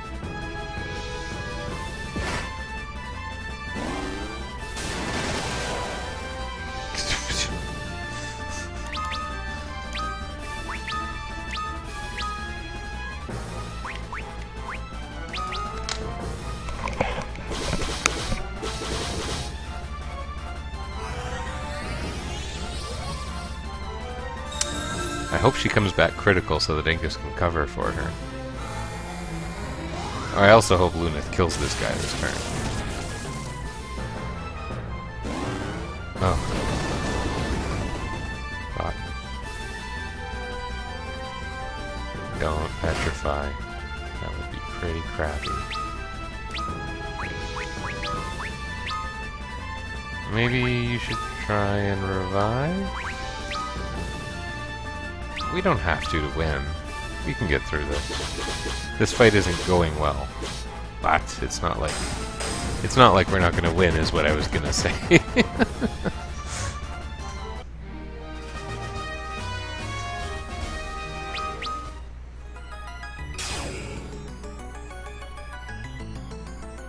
Do you say the exact same thing?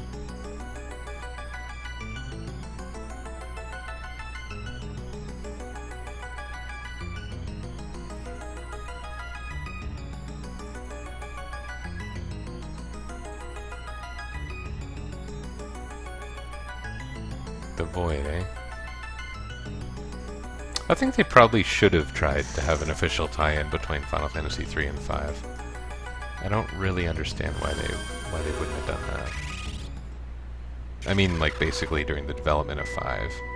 There's so much in common between Final Fantasy 3 and 5. I think they would have done well to establish a shared mythology.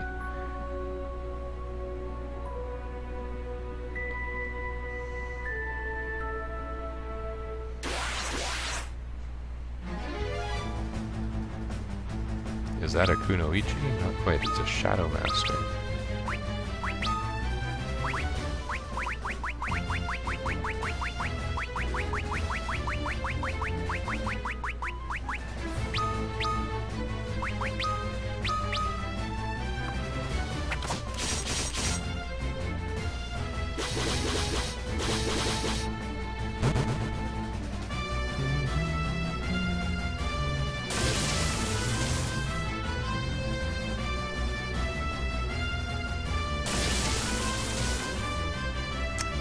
Your light rod is not so hot, Ark.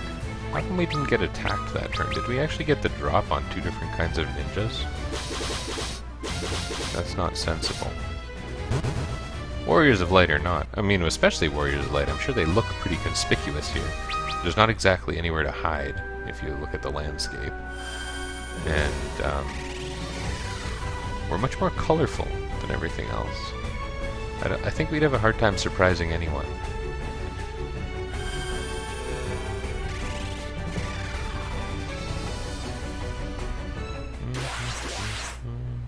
Too bad we can never hear the whole song before the battle comes and interrupts it, because the music's really good.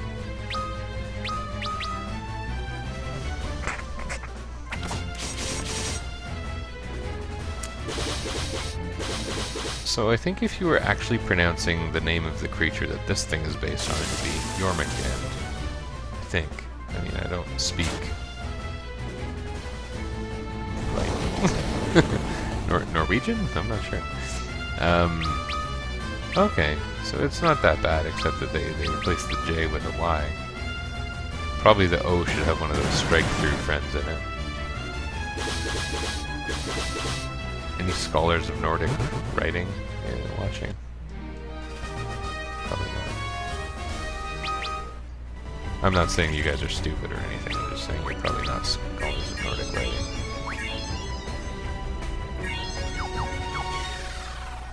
It's a fair assumption in general. I don't assume most people I'm talking to are scholars of Nordic writing. Is that weird?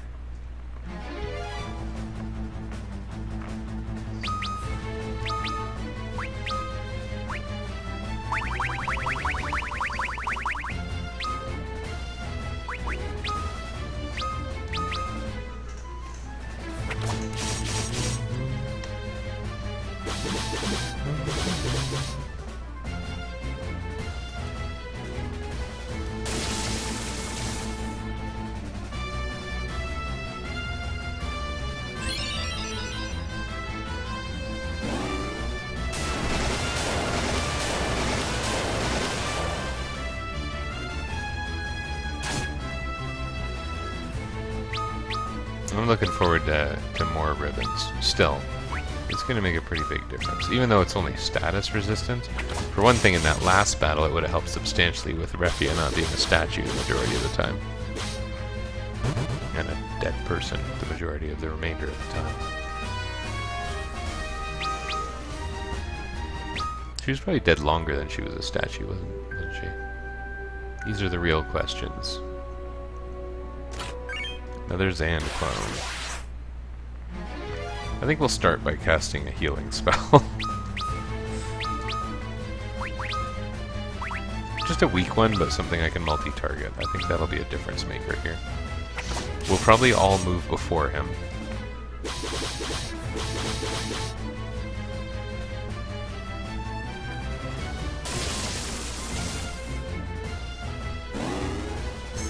Haste, eh? Interesting choice. It doesn't show his hits or anything, he just does a flat damage. I don't actually know the mechanics for haste in this game. I know it's a good thing. I feel like I see results when it's in play. But I really don't know actually how it works here. I thought it affected number of hits, but increasingly I don't think I'm observing it, because Refia and Inga seem to do 32 no matter what. Now that they have their 99 job level.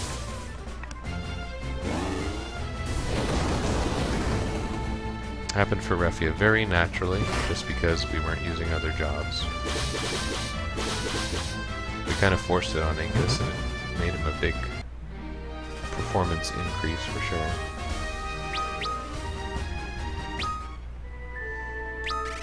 Okay. You have a crystal helm. The ribbon actually is a downgrade. For you, it's still an upgrade, and protection against all status. Sounds pretty darn good to me.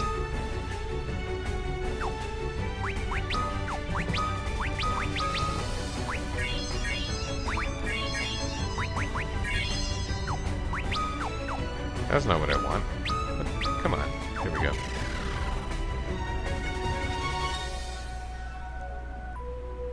How many more bosses? I think there will be 2 more bosses.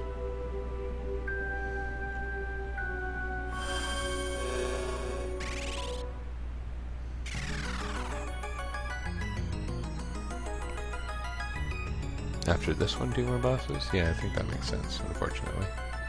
I think I'll do it before I go to bed. Let's get her done.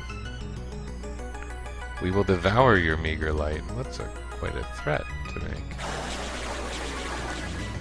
Is this the dragon? This is probably the dragon. Yeah, look at that guy.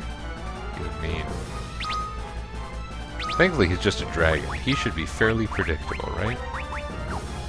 You know what? Why don't you use your defender a bit more? We're gonna want that.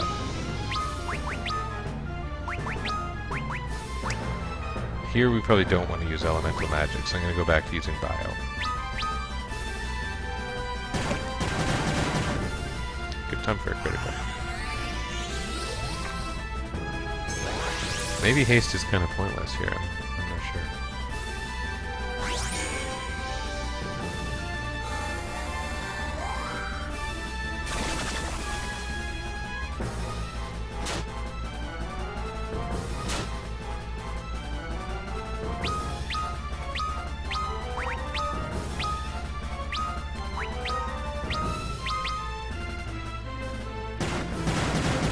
Oh, another critical. That's nice.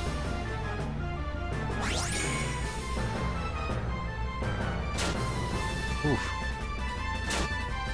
Guy's got some fangs.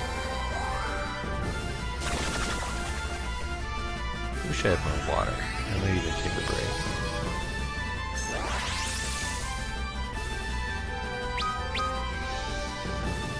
break. You should be attacking, my friend Dingus. You should be Kuragaing.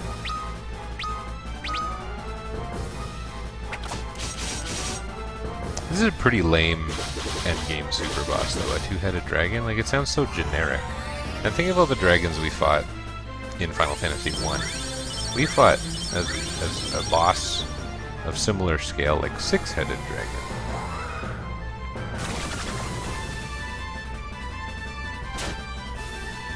But I don't think 2-headed dragons were normal, at least. So that's a factor.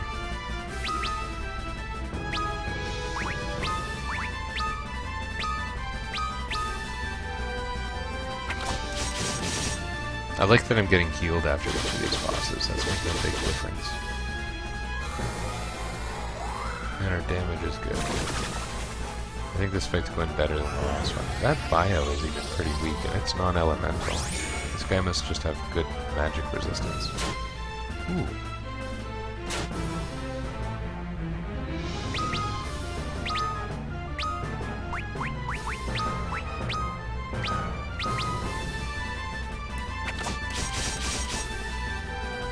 We're much faster than him, that's for sure.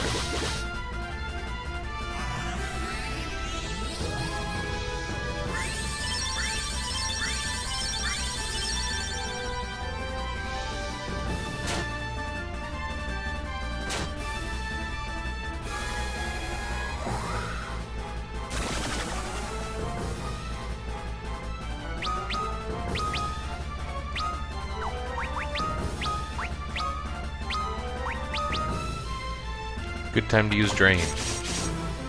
Except this guy's probably gonna die, right? Yeah. Exactly. I keep having like something suitable to say at the instant the attack is killing the boss. It just seems to each time I'm in the middle of saying something about how that boss is going to die. They should have named these guys.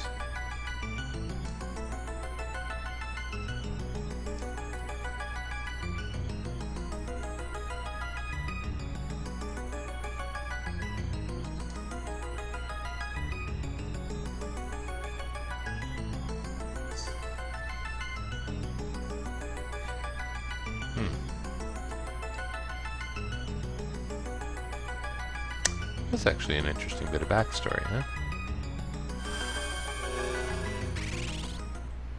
The earthquake that started the adventure was means to cut off access to the crystal.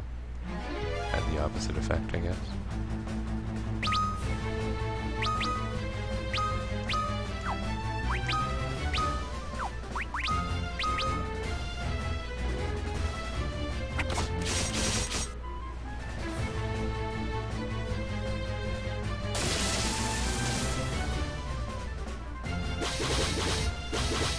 What are my levels at? I haven't really been paying attention.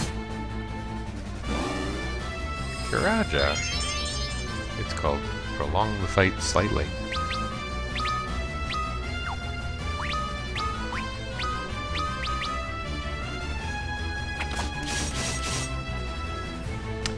This thing seems to have breasts.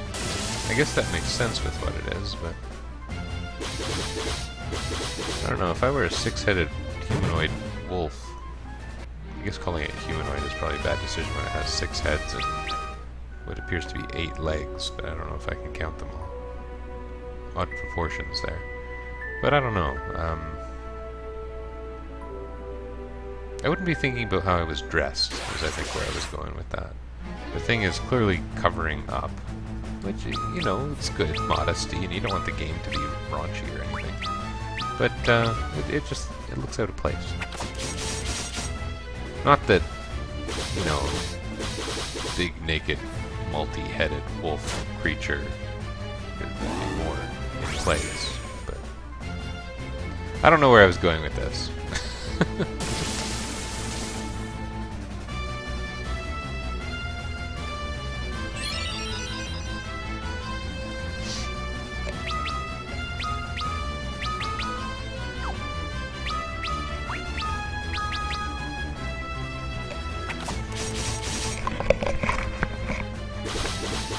Phantasy Star 4 has a thing. You notice I'm doing the same thing in almost every round of battle in this turn-based game.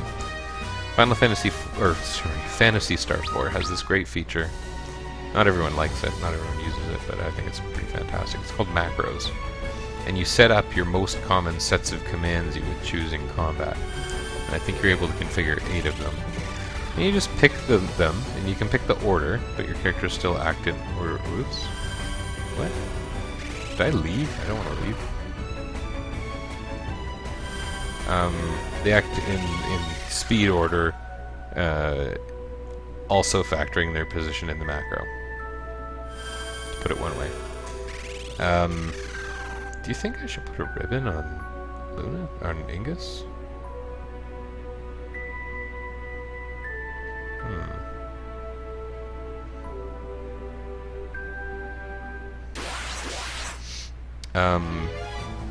But it's kind of cool. One thing is, if you include healing items or healing spells in your macro, your set of actions you want your characters to execute in a round of combat, it automatically targets the person who the game determines needs it most based on the differential between their current and maximum HP. If you manually target, it targets whatever you say you want to target. But if you use the macro, it can do kind of like a hot retargeting. Actually, you see the same thing in Final Fantasy Mystic Quest of all places. You got those temporary allies who join you, and they're actually, in a way, a bit smarter when you have the AI control them than when you control them personally, because they'll make decisions about even, I believe, what they use, but who they'll target.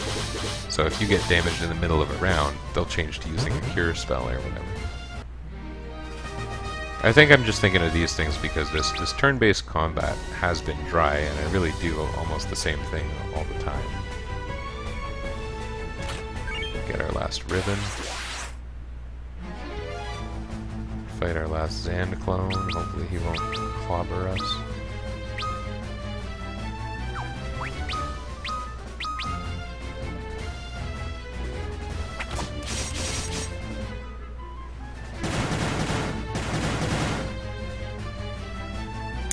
You don't fight a lot of enemies in this game who don't look very, very masculine. At least among the male enemies.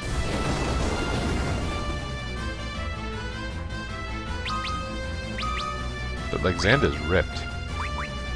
He's the guy who had the gift of mortality. When you're immortal, you can spend some time working out. Because you got a lot of time. I don't know. He's mortal, is my point. I don't know. What would I be doing if I were him? Probably not irritating a cloud of darkness. So, do I want to trade off Crystal Helm for Ribbon? I lose 8 defense but gain protection against status ailments. That sounds pretty valuable.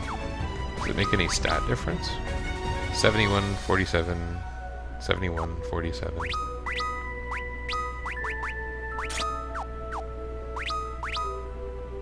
No difference. I think that the status ailment protection is better.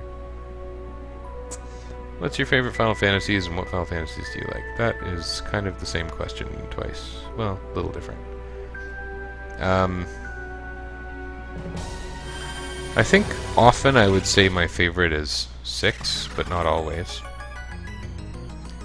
I waffle a bit. Sometimes I really like 4, sometimes I really like 1.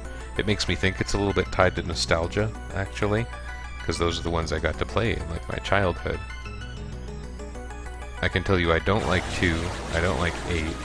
I'm not sure I love this one, but the end of it feels pretty good, actually. I've been feeling good about it since I started getting good equipment, so.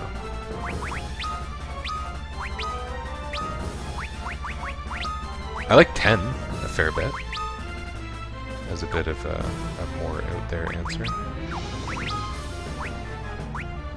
Probably I don't want to use fire against the Cerberus.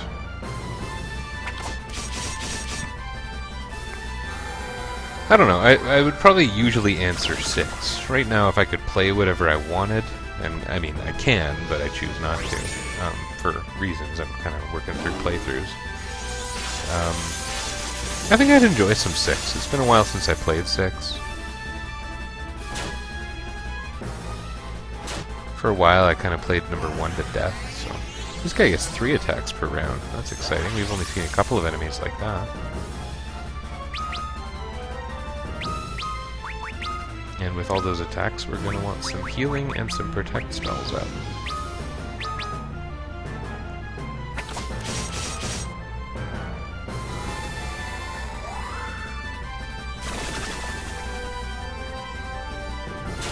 Oh! That was poor timing. Oh, man. Well, at least there's that. That was I was talking about hot retargeting a minute ago. That's an example of it. Done very effectively. Because Refia needed that a lot more than Ingus did.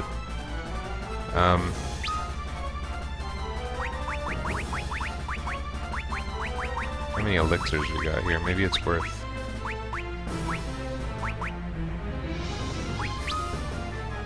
Ingus usually goes first now. We'll do this, and we'll see how it goes. I like those 999 criticals.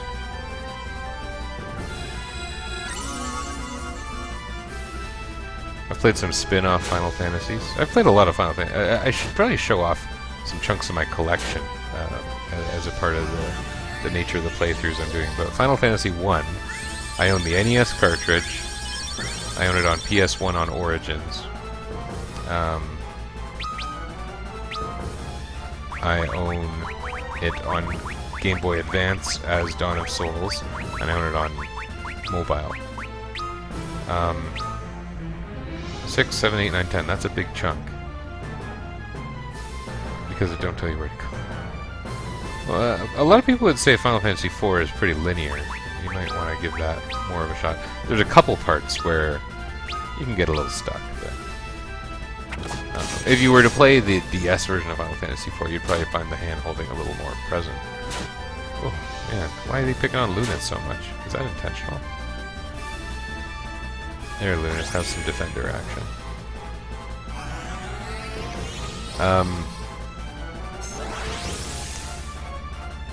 Yeah, so I own a lot of releases of Final Fantasy 1. Final Fantasy 2, I only have Dawn of Souls. Or no, I have Origins and Dawn of Souls.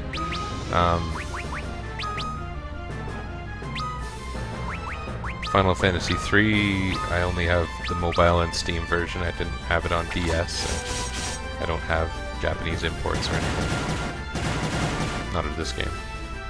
4, I have the Super Nintendo release, the Final Fantasy Chronicles release on PS1, the DS one, mobile, and Steam. No, I don't think I have it on Steam. I have a lot of Final Fantasy 4.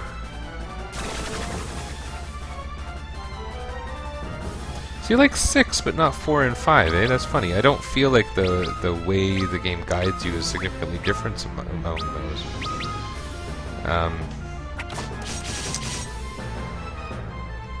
6 doesn't give you a ton more guidance than 4 and 5. I mean, 1, 2, and 3, they were pretty raw games, and JRPGs were just a budding new thing at the time, so... Yeah, they were different. They didn't give you as much guidance, for sure.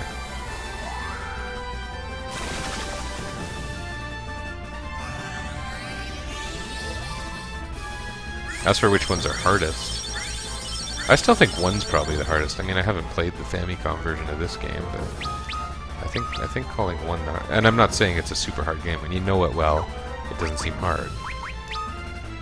I think too often we forget what it's like to be new to a game or not know a game super well. I hang out on the Final Fantasy 1 board on Game FAQs a lot, and it's easy for people there to say, actually, this game's pretty easy. But the fact is, there's a lot of areas in the game where a well-prepared party can lose because they get some bad luck. The Ice Cave is a really good example of that.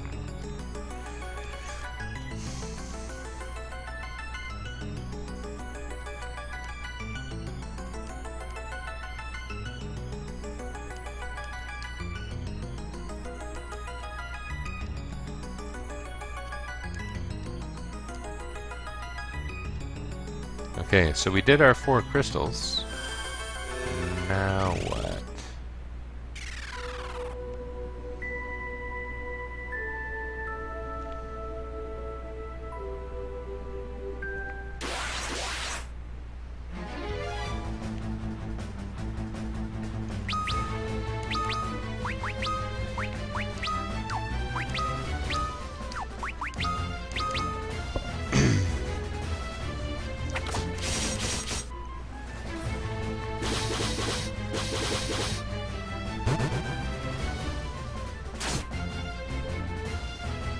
Yeah, 8 is funny. 8 is... Do you know where to go on the game?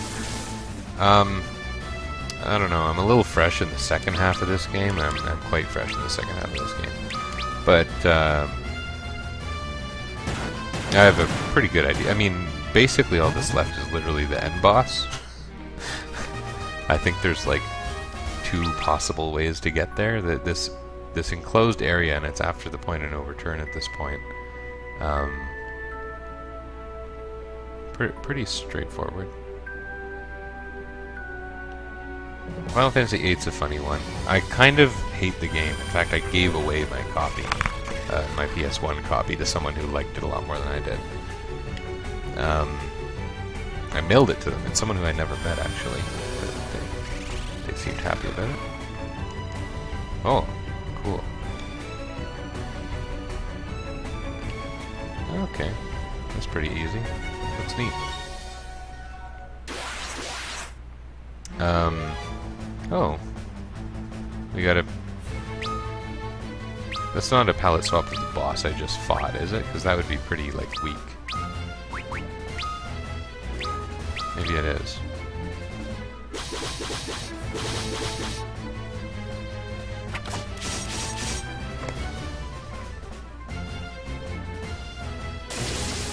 Why do they give me so many elixirs? Have I used an elixir in this game even?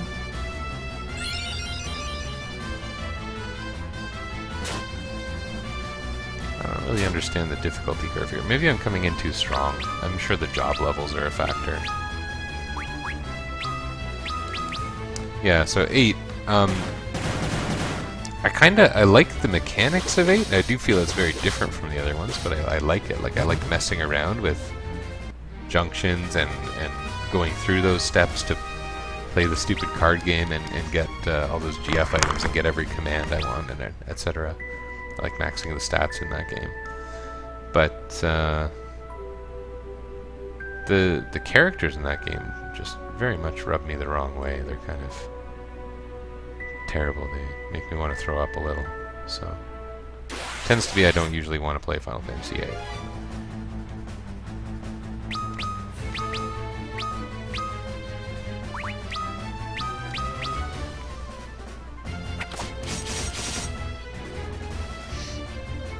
The plot is also very convoluted and full of Deus Ex Machina.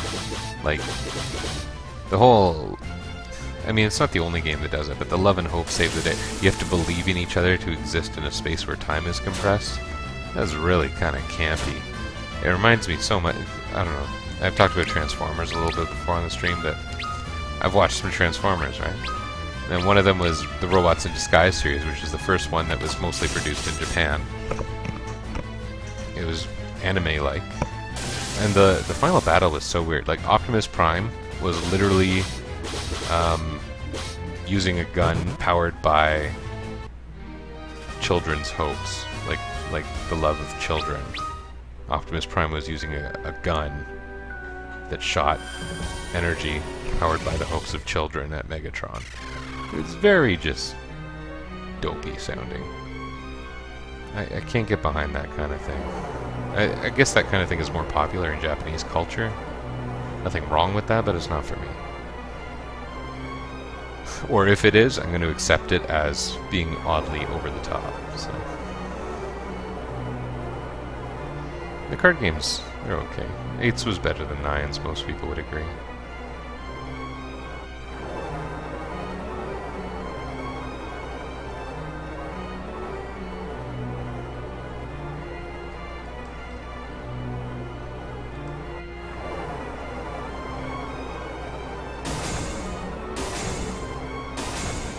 What exactly is happening?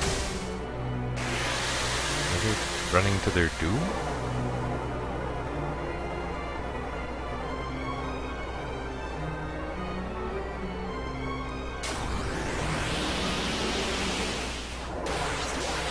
This is now the real fight, right?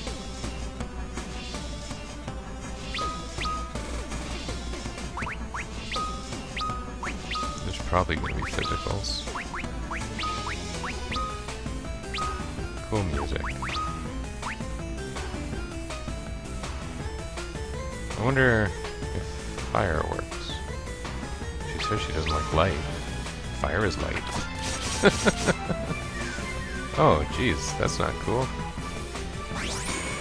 My physicals do 0? Yuck.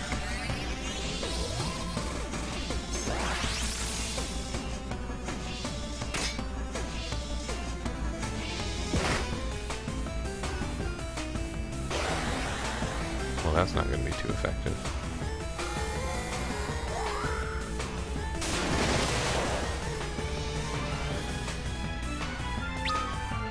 Oh, it's because I was attacking the tentacle. Oh, weird. Okay.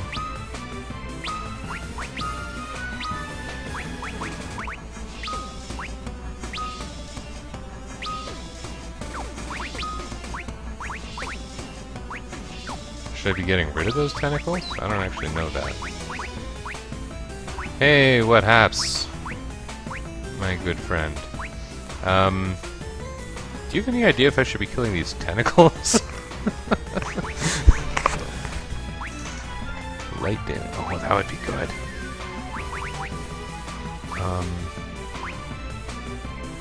But you know, I'm thinking more about like this. He can do it while Arc is healing. Because I don't need my... Yeah, okay, there's the damage. You don't even recognize the boss. This is literally the last boss. If you weren't aware. I think. This probably predates second forms that are outside of Castlevania games, right?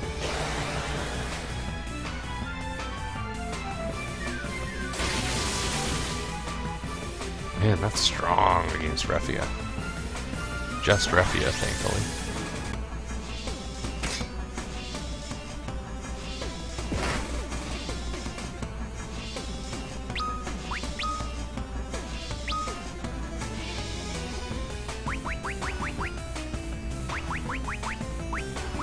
let's keep Raffia defended. You keep healing. You're doing a good job. You do something amazing. Yeah, we're gonna use Flare up in here. Oh, it's single target. Maybe we should do it anyway. Ah! That was an accident. Oh well. That was me going wah because I selected guard. Probably no big deal, but I really don't want to die. I mean, this game is so little saving. I don't want to go all the way back out of the dungeon. That would be a rotten shame. I kind of hope there's a post-game save for that matter, just because you get so much good stuff at the end. No, that's gonna kill Raffia. Oh, it didn't. I have no idea why. Is that, like, super randomized?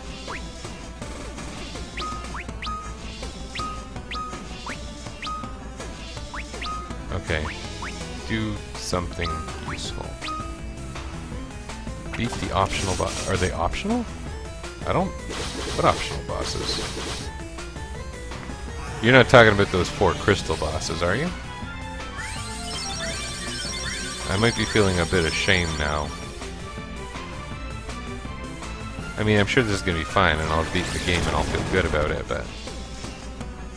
Optional bosses sound tempting, and it wouldn't surprise me if there were some, given this is a remake. I seem to remember hearing about an Iron Giant, but I thought that was a Final Fantasy II thing. Uh-oh.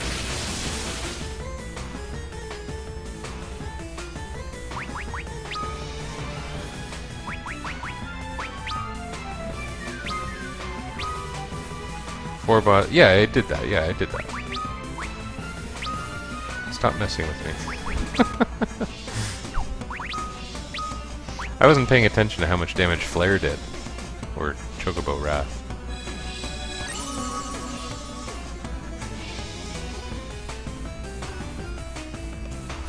I'm hoping for 999.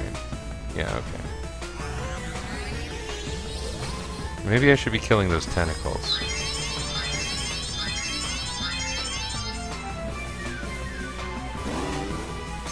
Uh-oh.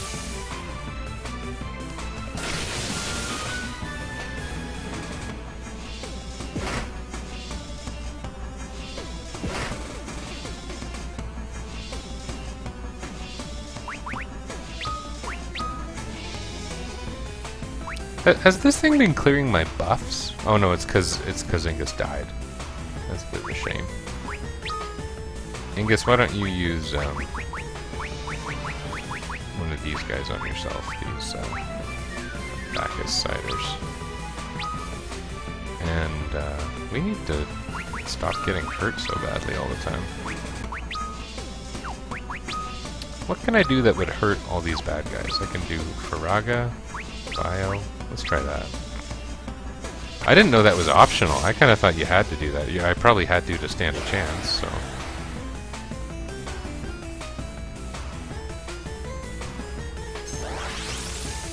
I mean, not that my party is weak. I had no problem with the last several bosses. This just makes me nervous. Lack of save points. Every fight seems to carry a little more risk. One is immune to magic, the other is immune to physical. Oh. Are you looking this up, or do you just know this?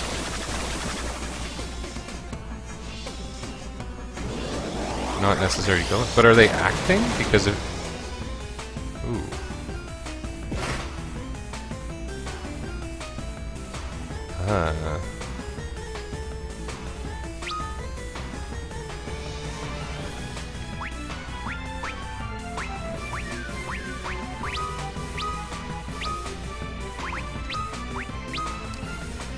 I guess where I was going with that was if they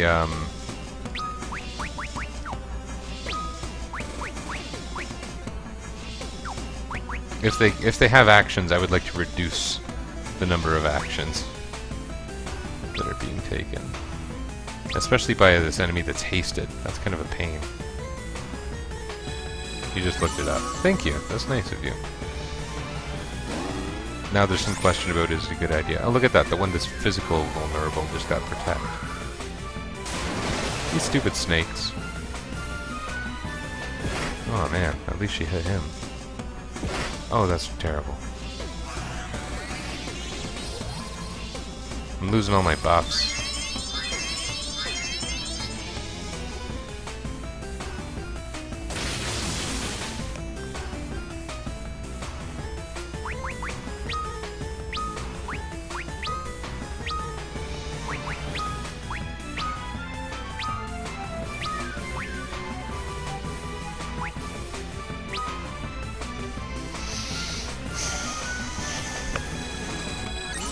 I like that she has a heart on her forehead. That's cute. I wonder if she has a tramp stamp.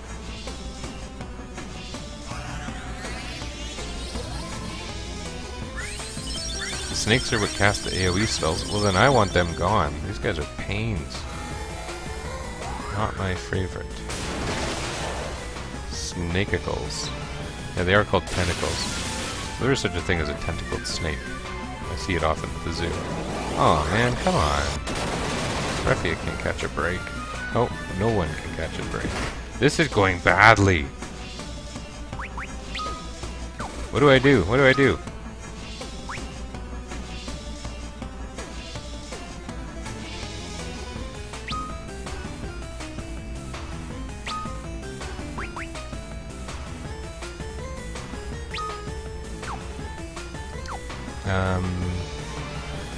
This sucks.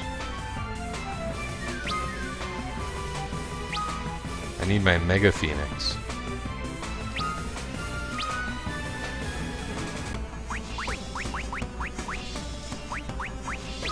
I kinda need a guaranteed turn order for this to make any sense.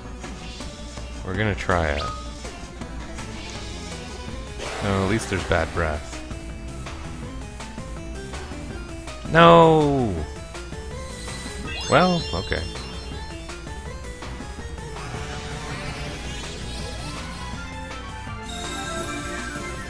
Now we're gonna get hit with thunder again, right? Or lightning. That's irritating. I'm not a fan.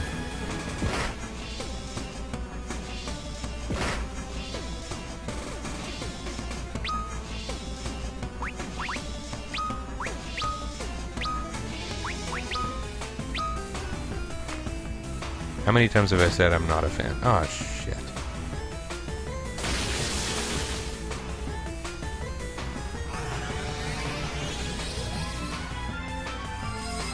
This would be a really nice time to have access to life, too.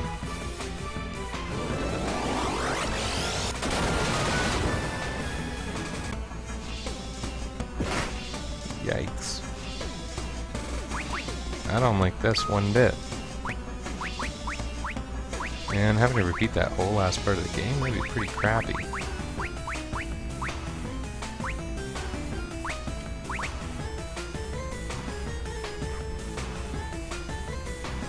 I don't know how I'm going to revive anyone with one turn, though. Unless lightning doesn't happen. Ingus doesn't take much damage from lightning, right? But I have a feeling that I'm done.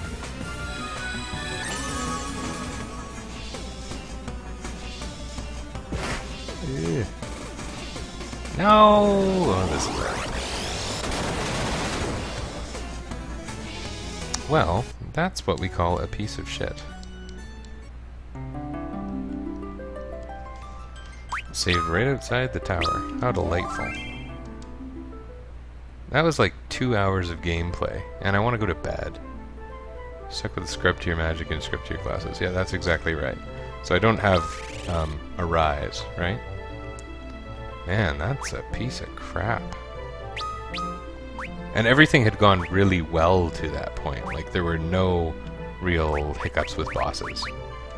Man, how do you make that better? You gotta kill the snakes is what you gotta do. Snakeicles. But there's no way I can play more tonight, you know? I kinda thought I was gonna win. But I can't keep going. That's a rotten shame. 50 more levels. Screw you.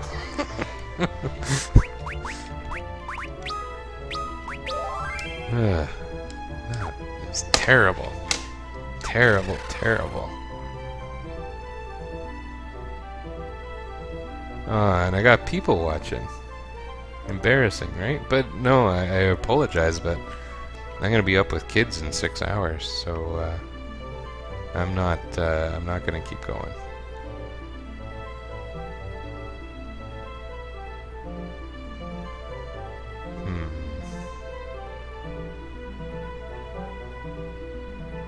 That took a long time. I was starting to like the game a little bit, you know.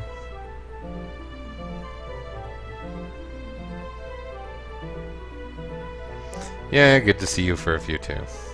And I had some other company tonight. It's been nice. Thanks everyone. But yeah, I'm gonna stop. That sucks. Who can we watch here? I got someone playing Saga Frontier. That sounds fun. Let's do that.